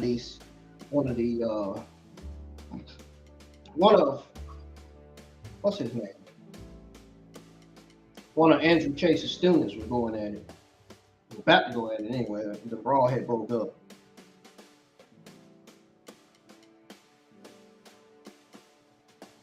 You got Sexy Red wearing all black. It's alright. I like wearing all black too. But nobody is interested in seeing Sexy Red perform. Yeah, they messed it up. Yeah, Dynamite's winning. Dynamite's definitely winning, man. They messed it up adding Sexy Red to NXT television. They fucked it up real bad. Yeah. Talk about a fuck up. I could have gave the rest of those NXT female talent more TV time than seeing Sexy Red perform. I mean, wow.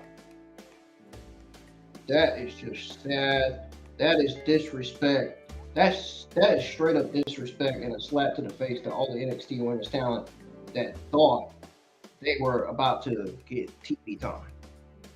Oh my God. Thank you, Ethan Page. Oh!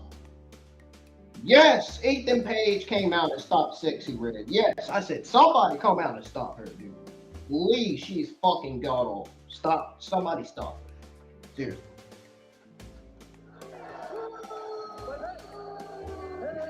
My shift manager is better than her. Holy shit, man. Good grief. I'd rather hear my shift manager than hear her. Holy fucking shit, dude. For 1 week, and this place absolutely fell apart.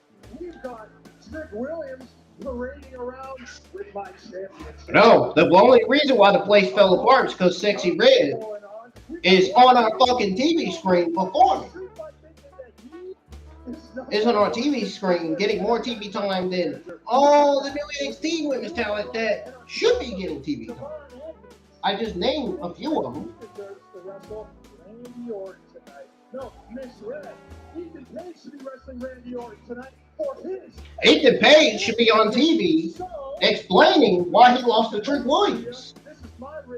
So you mean to tell me they're going to have Sexy Red on TV not have Ethan Page out here explaining his loss to Trick Williams? See, this is what I'm talking about, man. Like, what the hell is this shit?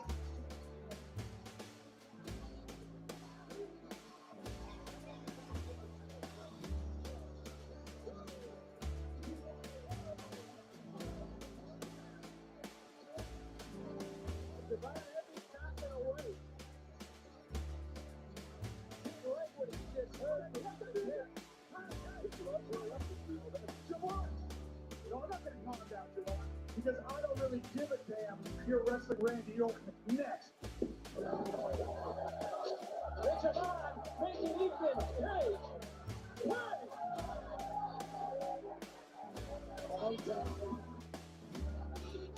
probably agree with that, don't you? Well, get ready because this moment is her thing. It's Jason Evans and Randy Orton next.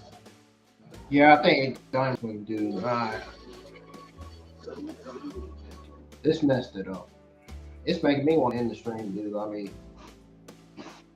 I can't help feel bad for the new NXT women's talent that didn't get more TV time than Sexy Red. I mean, that was just some complete fucking bullshit.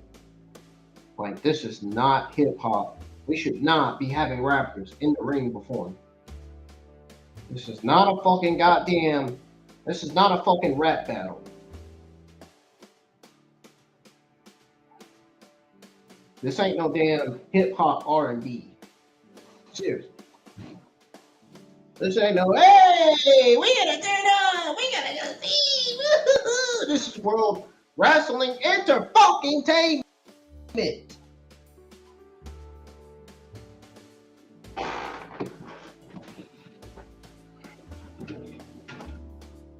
And people like Sexy Red is the reason why the ratings are gonna drop for NXT. You cannot put somebody like that on TV and ruin the entire fucking end of the goddamn show. Really? Nonsense. Triple H needs to go back and watch this show and realize what he did, because that was wrong. That what he did, number one, was wrong. Number two, he should have thought about it before he should have thought about it. Him and his administration should have thought about it before they went with it. If he would have thought about it more, he would have not had Sexy Red on TV. He would have had Ethan Page on TV explaining his loss to Trick Williams. That's exactly what should have been. That's exactly what we should have been watching. Ethan Page explaining why he lost to Trick Williams. Explaining what's next for him in his run in NXT. You mean to tell me they couldn't do that? They couldn't have Ethan Page come out explaining why he lost to Trick Williams, explaining who his next target is. Wow. Dude, I'm ready for the show to go off, honestly. I mean, that just fucking ruined it all. The beginning and the middle of the show was fucking, like, it was like a smack bang in the middle, to be honest. It wasn't terrible. The show wasn't terrible. Now, the show was solidly mid. Now, the beginning of the show was solid. But then when we got to the middle of the fucking show, it started going all the way back. It started going down to mid. So the beginning of the show was solid. The middle of the show was mid. And then, yeah. The end of it just, it just went downhill for me. The only thing I enjoyed on the show was the only thing I enjoyed seeing on the show was Cora Jade and Roxanne Perez making a statement, you know, putting the women's division on notice now that they're to get back together, back friends again. Seeing Stephanie and Julia come out. Seeing Alzium and Nathan Frazier perform as a tag team in the ring to retain the NXT Tag Team Championships. Honestly, that's pretty much it. If you ask me, and Tony D'Angelo versus Oba Femi, that was pretty much it. That's exactly why I said that the show, actually no, change that. The beginning of the show was mid, but the middle of the show was actually good. I changed my opinion. Changed that. I changed it. My opinion has changed already.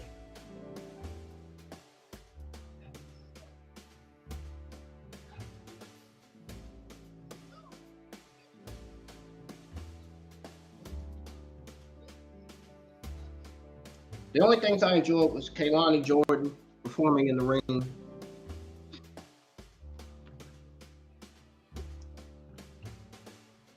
A segment with Cora Jade and Roxanne Perez in the ring. Julia coming out with Stephanie. And Oba Femi versus Tony Angelo. I told y'all that Tony Angelo versus Oba Femi was going to be the highlight match. That match delivered in a big way. That was a great NXT North American Championship match. I can't wait for next week's NXT. I can't wait to see Lola Vice and Nikki Lyons. I call Oh man, I don't think she'll be defended though. Her ring name is Nikita Lyons though. I've always been a fan of Nikita Lyons. She knows that. She look fun as hell, dude. Anyways. Any freaking ways.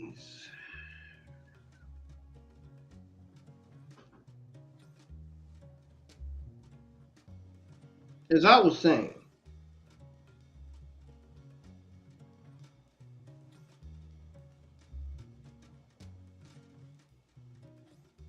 Randy Orton is out. He's about to make his way to the ring.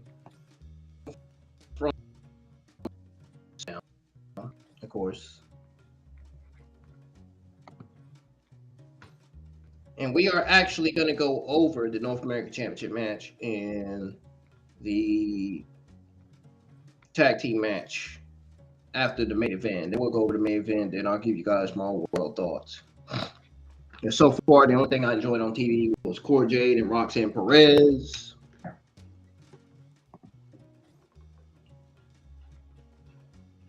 Jade, Roxanne Perez cutting their promos.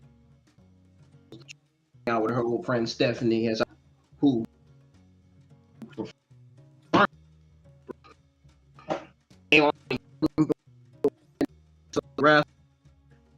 a very, very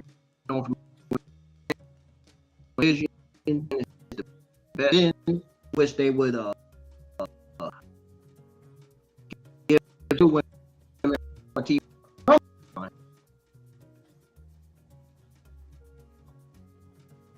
These newer women that need it, that I'm pretty sure wants to be on TV, wants to make their names, or wants to make themselves known, or make a name for themselves. Anyway. Oba Femi versus Tony D'Angelo. I predicted last week that it was going to be match of the night. I predicted that it was going to be a highlight match of the night, and it ended up being just that. So I was right on that one. And watching Alzium and Nathan Frazier perform and beat the shit out of Austin Theory and Grayson Waller to retain the WWE NXT Tag Team Champions. Now let's tune back into the show. We got Randy Orton and Javon Evans in the ring. Let's see how this match is going to turn out, because it's not going to last long. It's probably going to be like 10-15 minutes. A surreal moment for Javon Evans, who wanted to become a superstar due to his late grandmother. We talked about that story. What we haven't talked about is the first premium ladder that they ever watched together was Extreme Rules 2012. The first match that night, he saw Randy Orton defeat King. Well, what a mistake right there. That's not going to work with Randy Orton. He's in right now with a seasoned coach. Booker, it's time to look at tonight's NXT recap presented by Progressive. What are we going to learn about Javon Evans in this match? Okay, I think Javon Evans is young. He's very, very ambitious. We're going to learn if he's got what it takes to make it at that next level. That's what this is all about. This is a test, man. The ultimate test. Marty was trying to get some intel on Javon Evans. Want to know if he was as quick as they say. And look at Javon Evans trying to use that speed right now. And look, I also want to bring this through. You faced Ric Flair. You faced Macho Man Randy Savage. How did you have to separate your fighting spirit from your heart? I think you're talking about that first legend. That first legend was the legacy for Ric Flair. Just like that first legend for Javon Evans is Randy Orton. It was a ball of nerves. It wasn't uncertainty. But I had to go out there and kick myself down. That's twice. Something with a mistake. That's not going to work with Randy Orton. So you're talking about an in-ring IQ just like no other.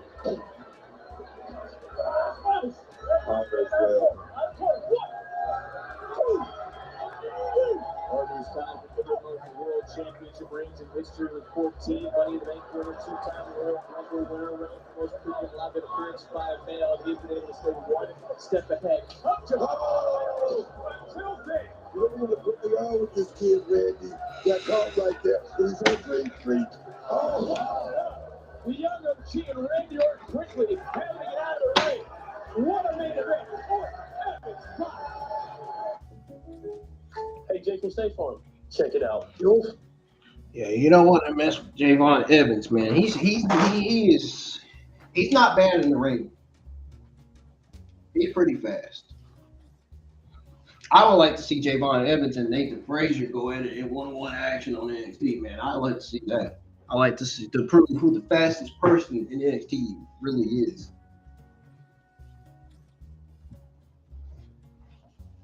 I would love to see that.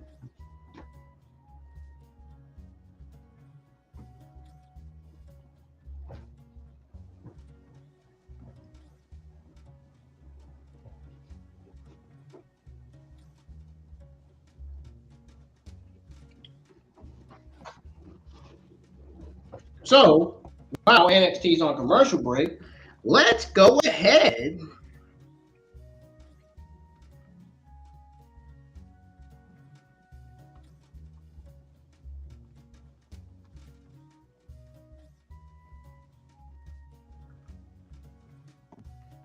and go over the North American Championship match.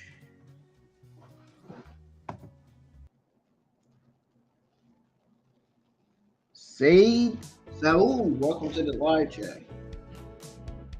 Make sure y'all hit the thumbs up once again. And make sure you subscribe to the channel if you are new. But let's go ahead and go over this North American Championship match, by the way. I told y'all last week that Tony D'Angelo versus Oba Femi was going to be highlight match of the night. Ended up being that.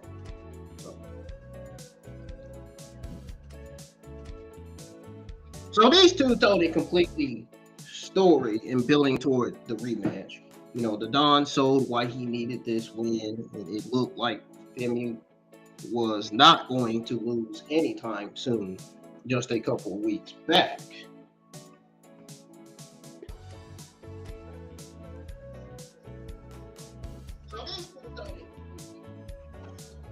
When he pulled off the upset, it was one of the best babyface moments NXT has delivered in 2024. Also, that includes Trick Williams' victory, becoming two-time NXT champion last Tuesday's episode of NXT, last Tuesday night.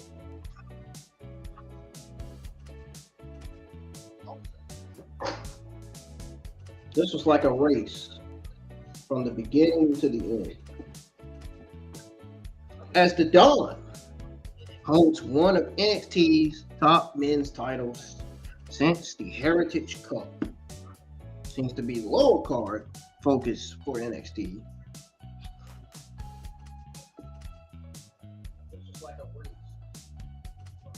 The trick will be to keep Femi hot. No, we're not talking about Trick Williams. We already talked about it. We already mentioned it. Now, if NXT plays its cards right, the ruler could very well be the one to dethrone Trick Williams without anyone battling an eye. Javon Evans just stood on the announce table, and now he's right back in the ring. Oh, no. You can't do that. You're not going to be able to dive out of the ring. What if Randy Orton delivers an RKO? Oh, yeah, Javon Evans fucked up there. And he just got thrown on the announce table by Randy Orton. All right. Let's tune back into the show. Well, we got the continuation of Randy Orton versus Javon Evans. Main event of the evening.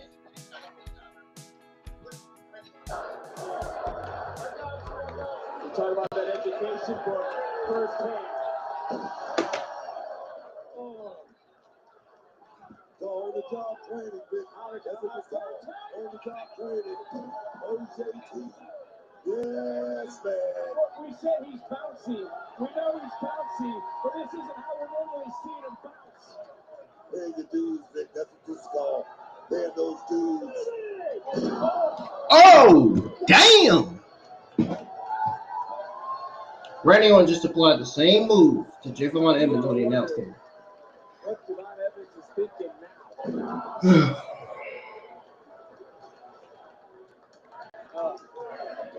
Not thinking anything, Vic. He's in a lot of pain. That's what it's. Everybody cheering Randy. He's right here legitimately at my feet.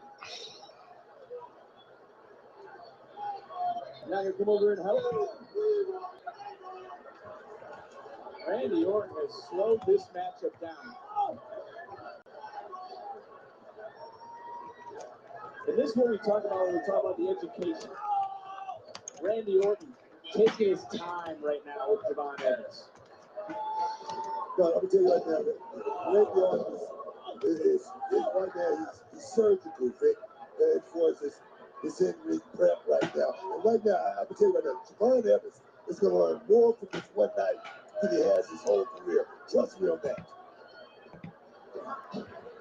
Randy Orton coming in from SmackDown here tonight to NXT. Just got caught by Javon Evans, but speaking of SmackDown, it's official. The WWE Women's Tag Team titles will be on the line Friday. Metaphors, Lash, Legend, and Jakara Jackson will challenge Bianca and Jade. Friday on SmackDown, but the right here and now, it's Javon Evans trying to get the biggest victory of his young career over Randy Orton. And Orton wanted to give Evans this opportunity because he had experiences early in his career with Hall of Famers like The Undertaker, into the cover, kicked out, like Triple H, like Shawn Michaels, and this was just moments ago.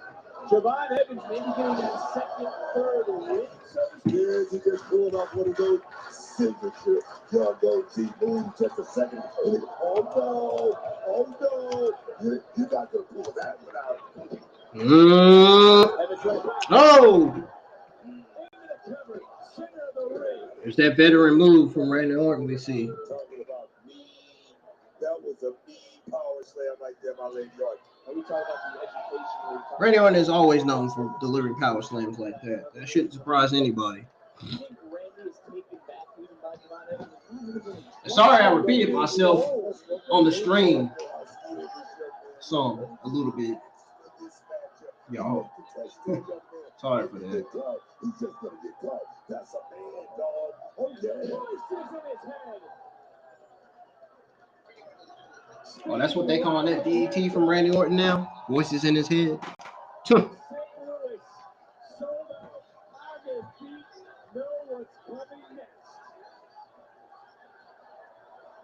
This show has 4 minutes. Or at least 3 minutes, 3 seconds, man. Setting his sights, Viper ready to strike. Darn, spit just came right out of Orton's mouth when he super kicked Randy Orton. Evans has to know that right now with the look on his face, he's got to realize that this is the moment, this is the time. You gotta fly, you gotta hop, you gotta do whatever you gotta do. What a cutter! Come on! Oh, and Randy Orton kicks out. That's not enough. You got to do more, Jayvon Evans. You got to do more. Got to do more, young man.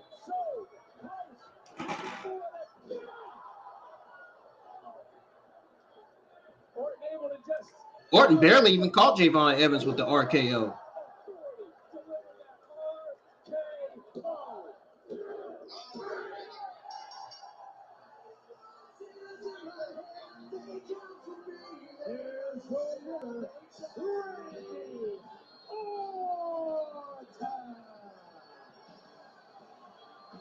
Don't tell me they about to let go Jayvon Evans from the company. What a match for Javon Evans. Not many have stayed at the top for 20 years, like Randy Orton. But Javon Evans was looking good in moments throughout this matchup. You talk about a growing experience. Javon Evans had one tonight. Javon Evans put his name on the map in the WWE. So close that I mean you could slide a piece of paper under Randy Orton's shoulders, but then Orton, like he's done time and time again, delivering that RKO.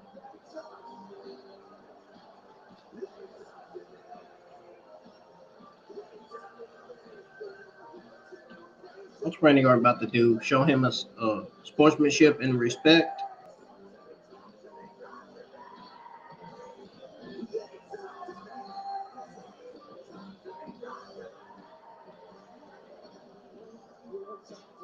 What a moment.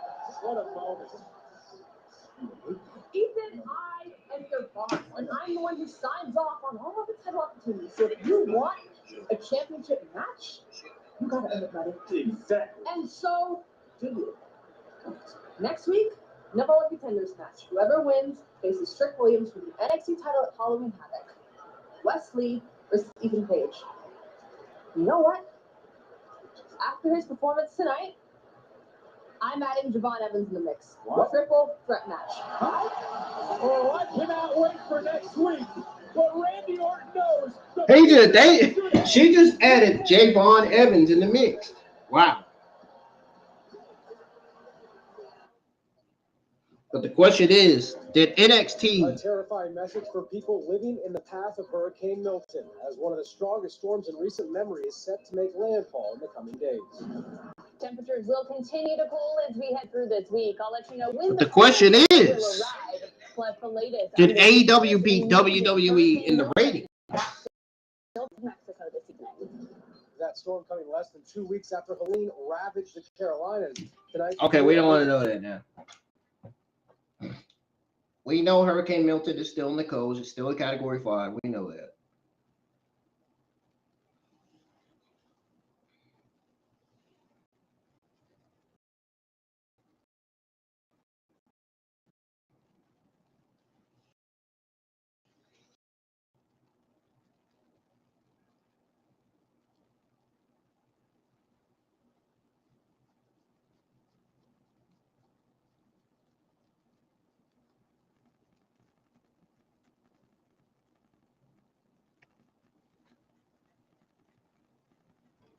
Yep, Milton is still 165 miles per hour. Wind gust. Holy shit, the gust is 200 miles per hour. That is crazy. Wow. I feel bad for the wrestlers that live in Florida. I feel bad for the WWE and AEW wrestlers that live in Florida, man. I mean, especially Tampa, Florida, dude. I mean, that's crazy,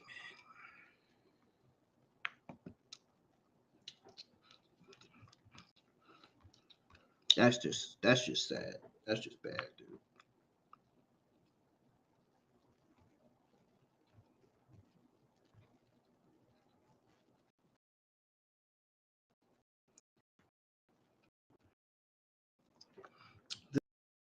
Sad.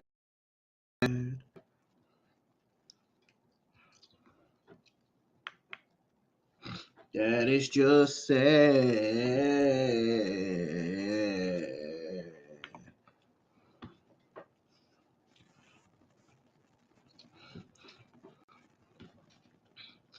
Ooh, I see a beautiful female on screen. She look fine as hell. Anyways. Fine as fuck, should I say, anyway.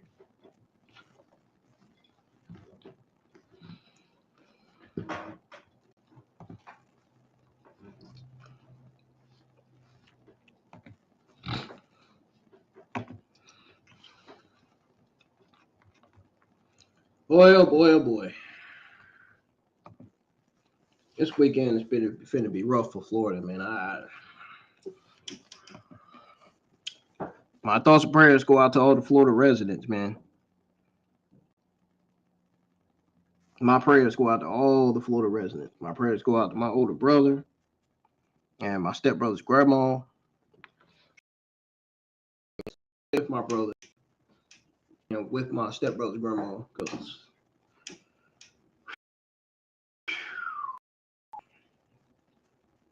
good luck with that. Now the prediction for Hurricane Milton. Now they're saying that tomorrow it's going to be 150 miles per hour. That still doesn't say anything. It's still going to be a Category 4. It's going to go back to Category 4 tomorrow. It's going to make landfall.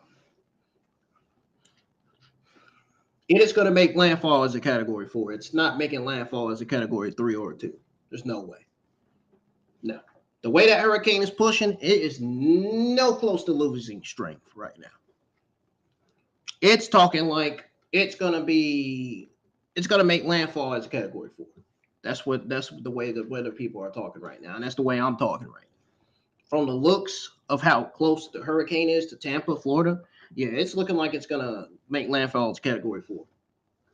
No question about it. I've said it 3 times, literally. I'm not repeating it again. I only repeated myself for the people that can't hear. Because sometimes my audio do skip and sometimes it acts up.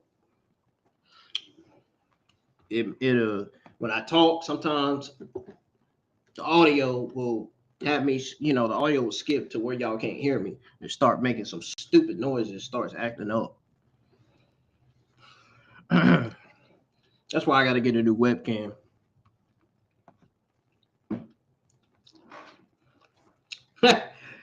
Oh, man, I kind of exercised a little bit, man. I don't know why I did that. I don't know. I guess I'm getting impatient, and I'm ready to end the stream. I'm ready to get off of here. I'll go back outside to get some fresh air.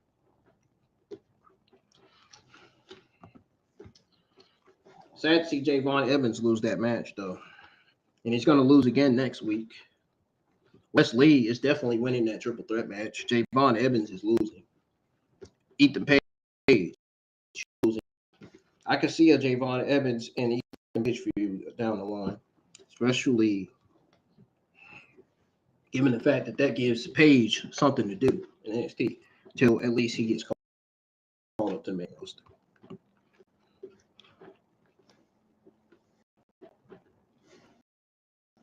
Frag versus A-Town Down for the NXT Tag Team Championship champions. I mean, I'm not a huge fan of A-Town Down, but I will give them credit. This was definitely the best tag team performance of A-Town Down's career on NXT. I wish I could say that when they're on the main roster, but that ain't the case.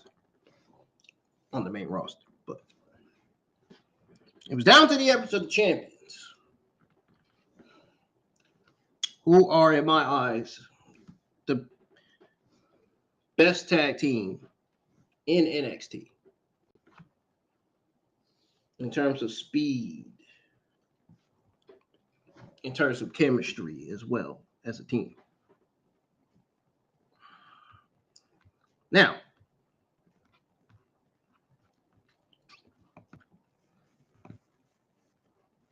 I gotta start working on my thumbnail for next week's episode of NXT, which is episode 818. 818.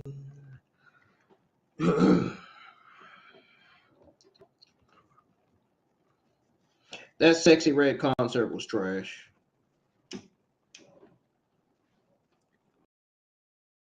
Should have given that time. I'd rather see them on TV than Sexy Red dudes. I mean, I'm just saying. I've already explained that so many times on the stream. I've already put her name too. I'm not going to say her name.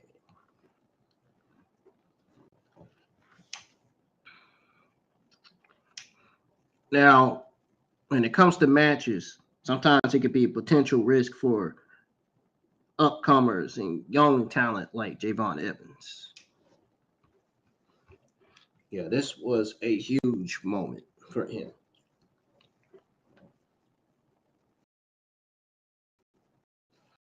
In a big spot already in his WWE career, and yeah, I don't think they should have never put him in that match against Randy Orton. I don't think he was ready.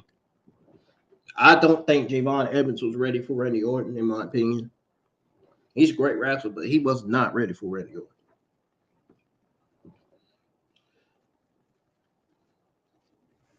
This was definitely one of those matches where he just struggled, where he just kind of just couldn't get Randy Orton down to a minimum. This match didn't click with Orton at all.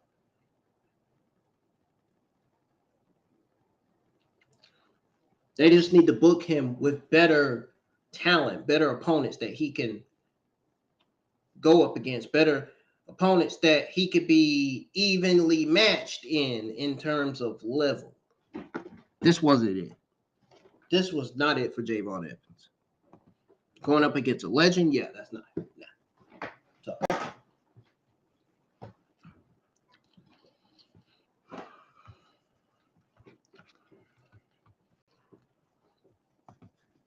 I didn't like how WWE booked him in that match against Randy Orton. I think it made him look it made him look like a jobber. It made him look like a fucking loser on TV. I didn't like that. I was not happy with that. Javon Evans deserves better than that. Like, he deserves better on TV. I mean, that's just flat out not right. He may be from the ghetto or from the streets, but let me tell you right now, it's not right. It's not right how they did Javon Evans on TV tonight. It's not right how they did him. It should have been Javon Evans winning, not the other way around. Why would they have Randy Orton win tonight over Javon Evans? It would make more sense. If you want to boost Javon Evans' career, it would only make more sense for Javon Evans to have a win over Randy Orton. Didn't Vince Joseph on commentary say that this was the biggest match of Javon Evans' career? This would have been the biggest win of his career? I mean, that has kind of messed up his career, I feel like, that match. And I'm interested to see if Javon Evans can win the triple threat match next week or not, which we know he's not. We know Wes Lee is the favorite to win. Just because everybody wants to see Wes Lee versus Trick Williams. And they need a heel to win the match. So it only makes sense for a heel to win the match, not a babyface.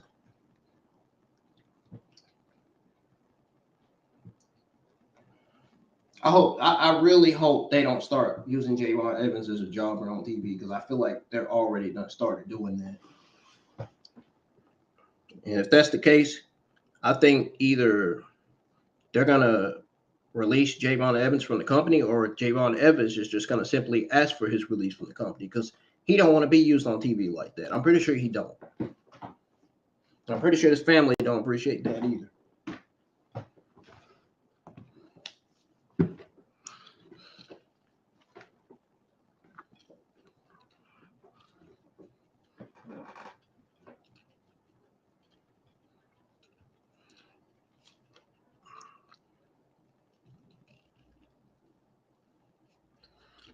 Yeah, Javon Evans deserves better. It doesn't matter what color he is. It doesn't matter who he looks like. I'm talking about in terms of Javon Evans, in terms of him. I'm not talking about everybody else. In terms of him, he's a wrestler, for fuck's sakes. He's a great wrestler. He deserves more on TV. Never mind his struggle in NXT. Never mind his struggle in that match against Randy Orton. He should be top tier. I'm telling you. They look at him as a mid-card talent. I mean, I don't know. How worse can that get? I mean, you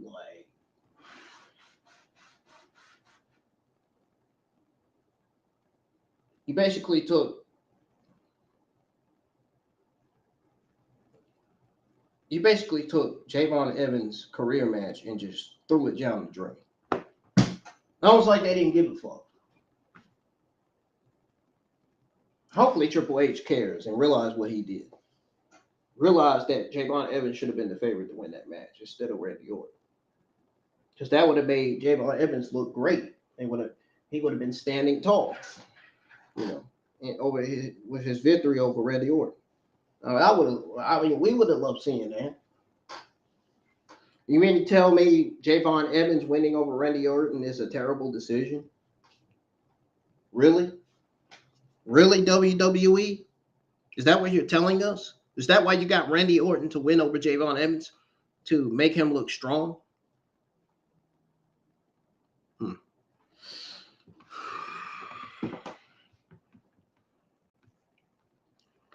Yeah, Javon Evans didn't deserve that loss. And I know billions of wrestling fans in the community are feeling bad for him right now. And a lot of them are probably saying that they're going to use him as a jobber, and I hope not. I hope that's not true.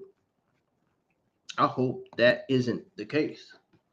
Because I know they can use and give Javon Evans more TV time than that. I mean, they could book him better than that. I mean, come on. I mean, you might as well say the match was basically a waste of time for Javon Evans, dude. It's a waste of time. Honestly. Dude, they barely need time to do anything. Dying and all this other shit. Yeah. About that. I'm sure they feel it disappointed. Right here, showing the video of Javon Evans losing. KO by 3. Fans say about it. It's going to be criticized. It's going to be on Evans to win over Legends or Youngtown or whatever. Put in potential to say Evans won over. I agree, should have. That was the biggest match of his career. If it's the biggest match of a wrestler's career, they should. Don't you think they should win? Yes. Should they lose? No. That's what I'm saying. Now Javon Evans has to regroup and think about what's next for him now. Now that he lost to Randy Orton. Oh, that's right. Ava added him to a triple threat match. Another match he's going to lose. Great. Man, they are just bringing Javon Evans' career down more and more and more. That is so messed up. Can't help but feel bad for that young man, for that young guy, man. I mean, he had it all on the line against Randy Orton, dude. They just didn't give him enough TV time. That's the fucking issue. They made the last minute decision to have him RKO, to have Randy Orton RKO him, when it should have been the other way around. It should have been Randy Orton losing to Javon Evans. Didn't even give Javon Evans time to get his finisher. Which kind of makes me question, what is Javon Evans' finisher and signature moves anyway? You know? Did they even give him a signature and finisher? All I seen him do is dive, the backflips, and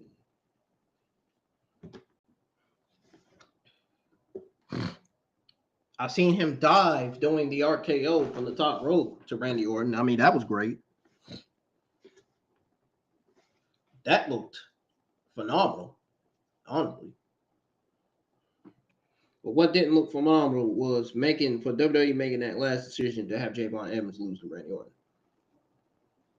Courtesy of RKO by Randy Orton. I mean, that's not how you make a talent look good. I mean, I don't care what anybody says. That makes Javon Evans look bad. That makes Javon Evans almost look like a jobber, loser. I mean, I understand they got Randy Orton win because he's a legend, he's a veteran, he's one of the all-time greats, but I'm sure Orton wouldn't mind losing to Javon Evans. I mean, that's one of the wrestlers that Javon Evans looked up to. That's one of the wrestlers that Javon Evans should have had a victory over. It was absolutely nonsense to have him lose. Ridiculous. absolutely ridiculous.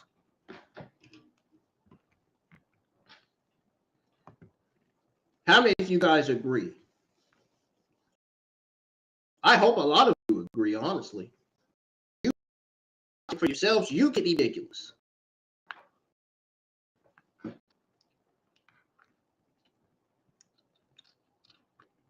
Anyways, in terms of the entire show, entirely, honestly,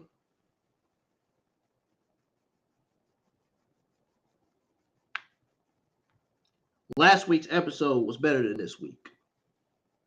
That's how I look at it.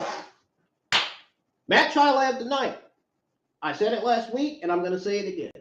Oba Femi versus Tony D'Angelo for the North American Championship. Easily the only highlight match of the fucking night. Even though the 6 women's tag team match wasn't the highlight match of the night. Even though the NXT Tag Team Championship match wasn't highlight of the night. But Bianca Belair, Jade Cargill, even though I'm not a fan of A-Town Down, Austin Theory and Grayson Waller, all 4 of these talent did play their role. That did, in fact, highlight tag team wrestling. And I'm starting to see that Jade Cargill is getting better and better in the ring. I don't want the Jade Cargill stands to say, oh, you're just a Jade Cargill fan. Oh, you're just, you like, do you people even know what you're saying in the community, in the wrestling community? Like, really? Does anybody in the wrestling know what they're going to say before they speak? Like, really?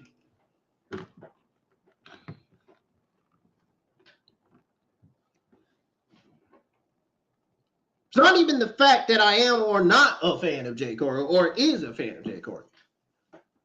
You can say I am or not a fan of her all you want to.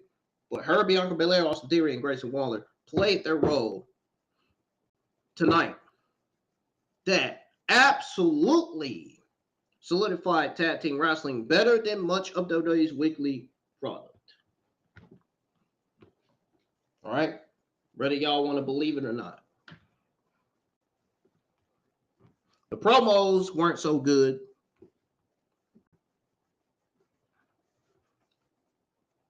There was these talent barely got more mic time. Barely. The show was kind of rushed. That's how you know it went on a commercial break. The show was rushed. Anytime it goes on 8 commercial breaks or 6 commercial breaks, show's rushed.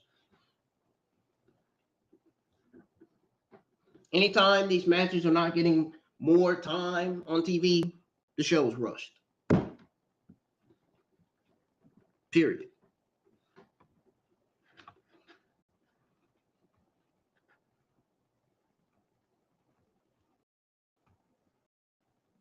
Now, the transition to CW has been great for NXT, but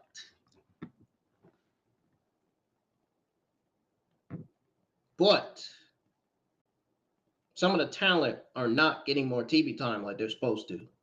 And that makes me feel bad.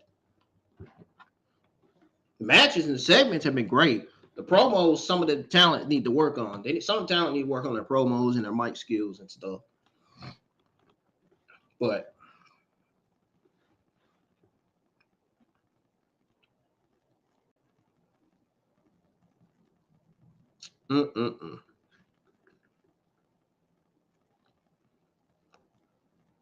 there's a lot of complaints saying that CW is not operating right in terms of them running NXT on their channel or their network.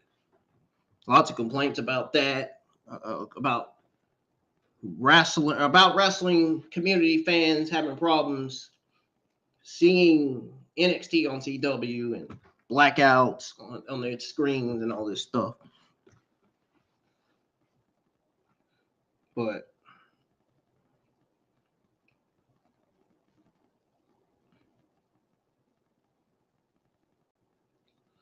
honestly, last week's episode was better than this week's.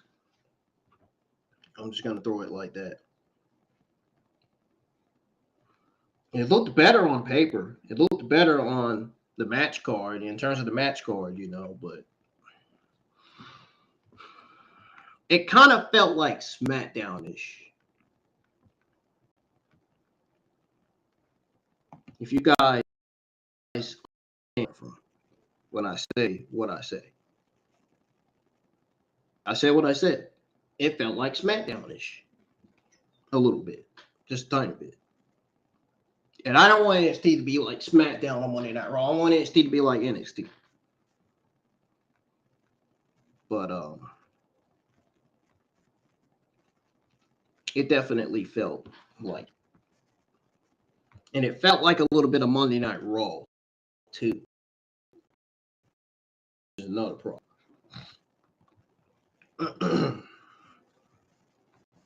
Well, overall, it was a very, very solid mid show.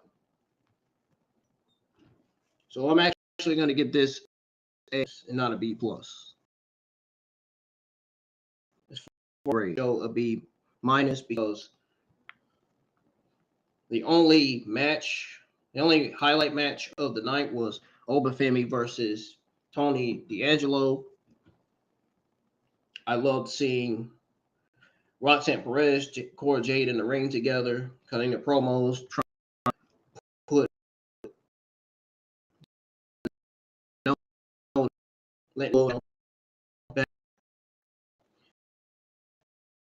out the clear in Cora Jade, clearing them out of the ring, only for Julia and Stephanie to stand tall, holding Roxanne Perez tight. Nathan Frazier, Alzium, as always, easily the best tag team in NXT that NXT has now. That's one of the reasons why they continue to deserve to still be NXT Tag Team Champion still this day. Bianca Belair, Jade Cargill gave the best performance of their career on NXT. Not the biggest fan of A-Town Down, but Austin Theory and Grayson Waller gave us basically their best performance of their entire career on the show. They performed better on NXT than they did on the main roster. That's how I look at it, anyway.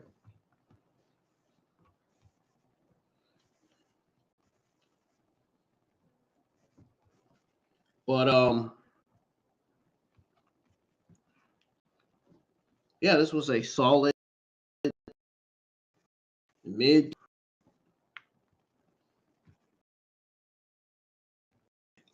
Last week, it was great.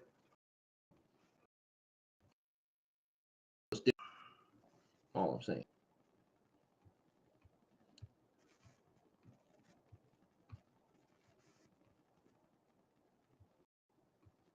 What the hell is this?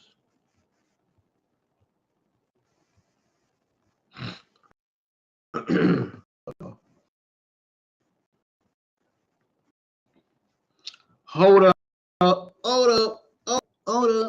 Wait a minute. Hold up. We make it.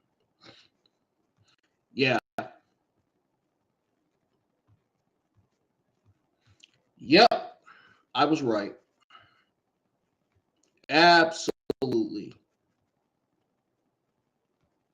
I was absolutely right. Yes. Last week's NXT was definitely better than this week's in terms of matches.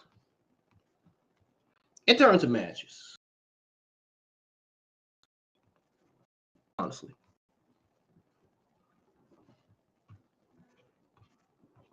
Just in terms of matches. And how the show was produced.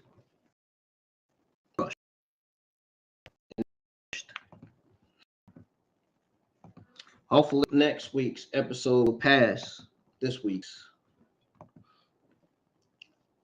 I'm gonna check out the AEW results and see and determine whether AEW beats NXT in ratings or not before I get out of here.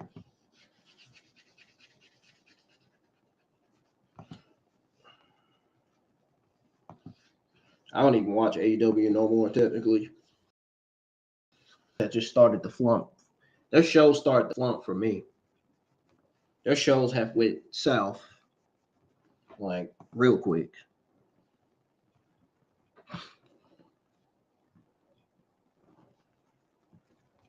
I say, you know what? I'd rather watch NXT than watch Dynamite.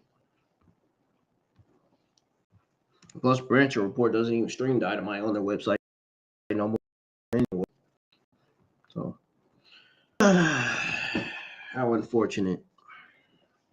How unfortunate, right, y'all? So, I just saw on the screen that Milton is set to make landfall tomorrow.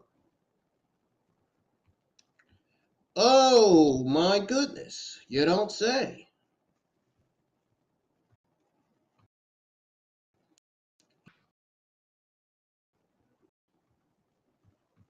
Wow.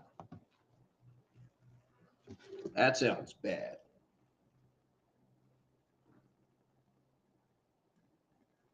That sounds really bad.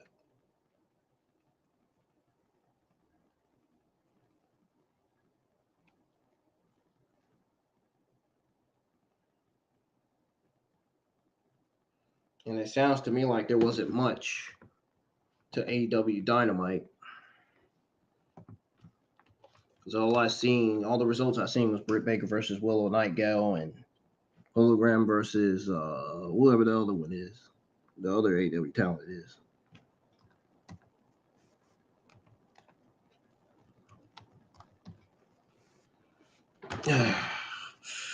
Woo! Itching. Itching. A little bit. Not much. They're still showing Hurricane Milton on the radar, on the map.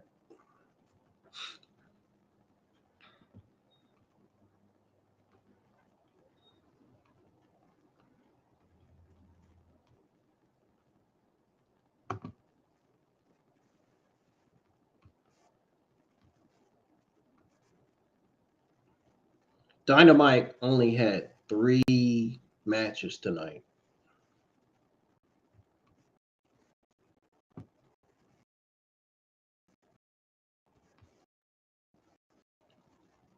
Dynamite only had 3 matches tonight.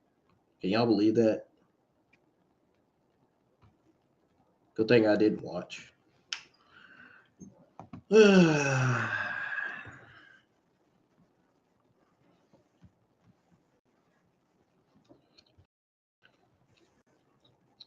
Seeing in terms of the results.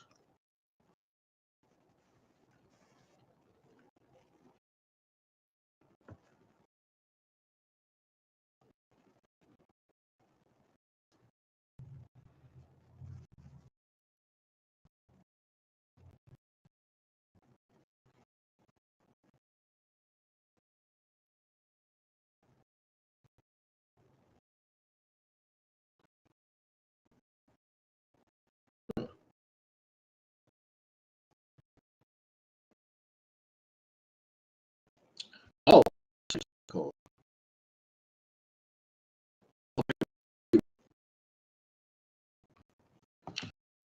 Whatever. If they don't, I'll be shocked. I will be shocked. Despite Sexy Red being on the show, ruining NXT at the end a little bit, or actually ruined NXT entirely in her performance. I think NXT will still beat AEW in the ratings.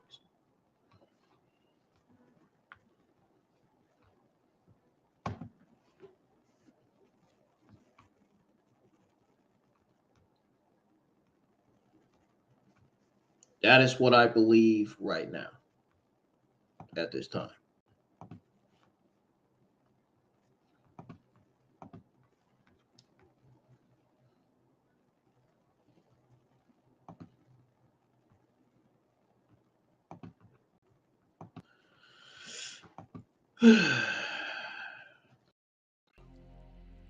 I don't forgot what I was going to go to. I don't even remember.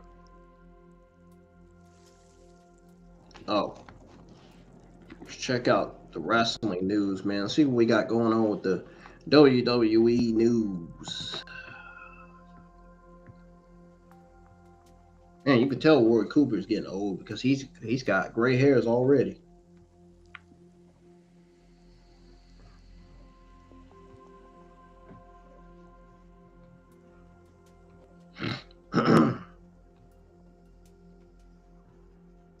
The ratings won't go in until tomorrow, so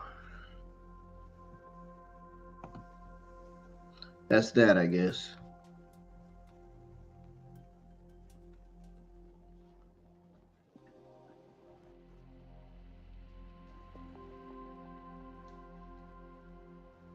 Yeah, Dynamite only had 4 matches on the card. Figured. Well, at first I said they had 3, now I'm saying they had 4. From the results that I'm seeing from Ringside News, anyway.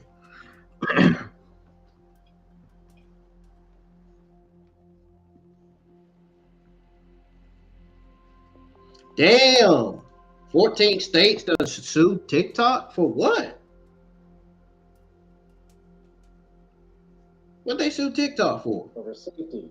The complaint also alleges that TikTok's so-called beauty filters can cause body image issues and other mental and physical health. Oh, Lord. Jesus have mercy. I don't hear all that. That sounds very disturbing.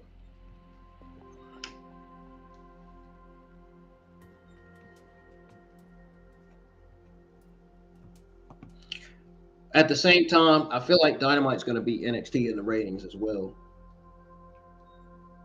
I mean, I think NXT is a better show than Dynamite anyway, so I'm still going with NXT winning in the ratings either way, whether people like it or not. I'm out of here. Whether these YouTube podcasters and wrestling fans like it or not.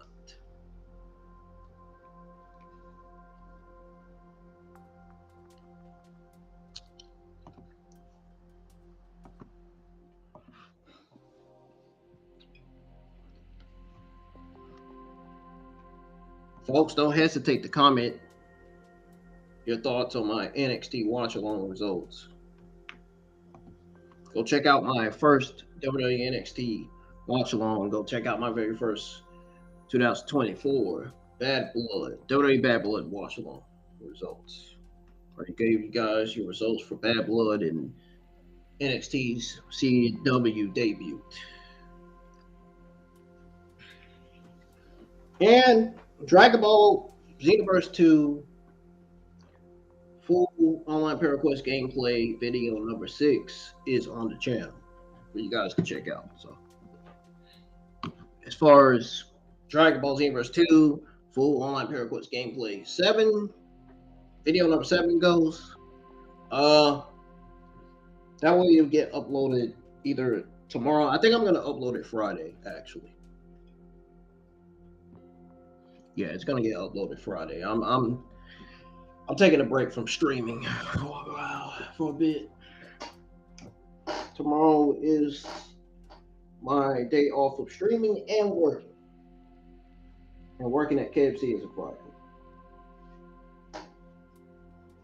So I'm gonna use this day off to probably, I think I'm gonna use this day off to start on the thumbnail for next week's NXT schedule. Next week's NXT's watch along for NXT episode 818. I'm going to use that time to do that tomorrow. Probably take a nap. Probably won't be up till maybe 11 or 12. Oh, well, folks, thank y'all for tuning in. And Let me see. Let me go back, check the schedule. Oh, and thank y'all so much for getting me to 700. We are officially at 700 subscribers. So now that we are at 700 subscribers, we are officially on the road to 800. So subscribe to the channel if you're new. We're on the road to 800 now. Thank you to everybody that subscribed to the channel, everybody that's new that subscribed. Keep encouraging everybody to subscribe. Keep encouraging everybody to check out my live streams, my videos, watch alongs, gameplay videos, and all that. And most importantly, keep encouraging more people to support the channel. I am done here. Done talking. I think. Yes, I'm done talking. I'll be uploading a What It Takes Modern Armor gameplay video number 2 this Thursday evening. Friday, I'll be uploading Dragon Ball Xenoverse 2 gameplay video number 7. And then Saturday, I'll be uploading Dragon Ball Xenoverse 2 gameplay video number 8. Or gameplay online ParaQuest video number 8. Sorry. So Dragon Ball Xenoverse 2 gameplay online ParaQuest video number 7 will be uploaded Thursday or Friday. And then Saturday will be the uploading completion of Dragon Ball Xenoverse 2 gameplay online ParaQuest video number 8. And I'm going to call up the schedule for next week. I already have a schedule in mind for next week, so.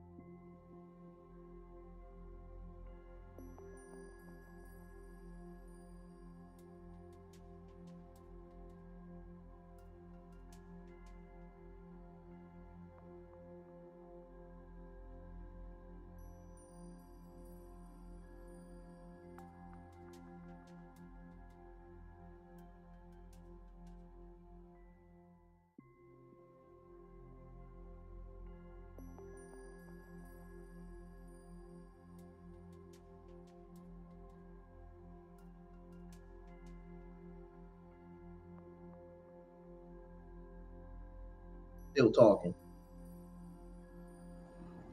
The laptop was on 1%. It cut off on me, so I had to put in a low power charge so I would finish talking a little bit.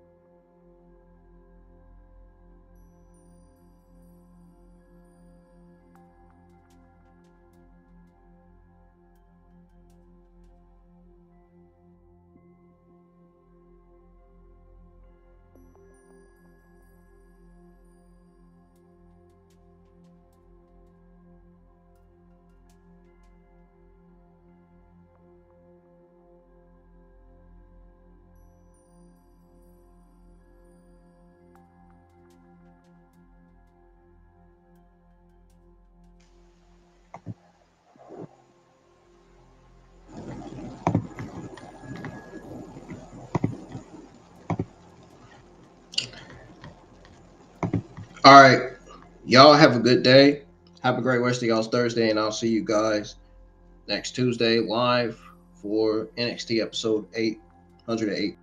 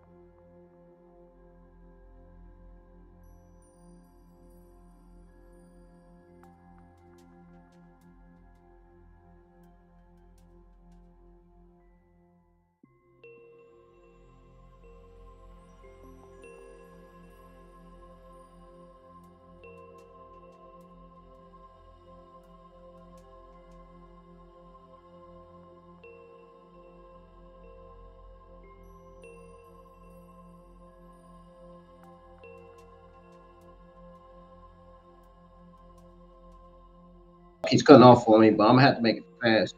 Y'all have a great rest of y'all's Thursday night. I'll see you guys next Tuesday for NXT episode 818. Peace. I'm out of here.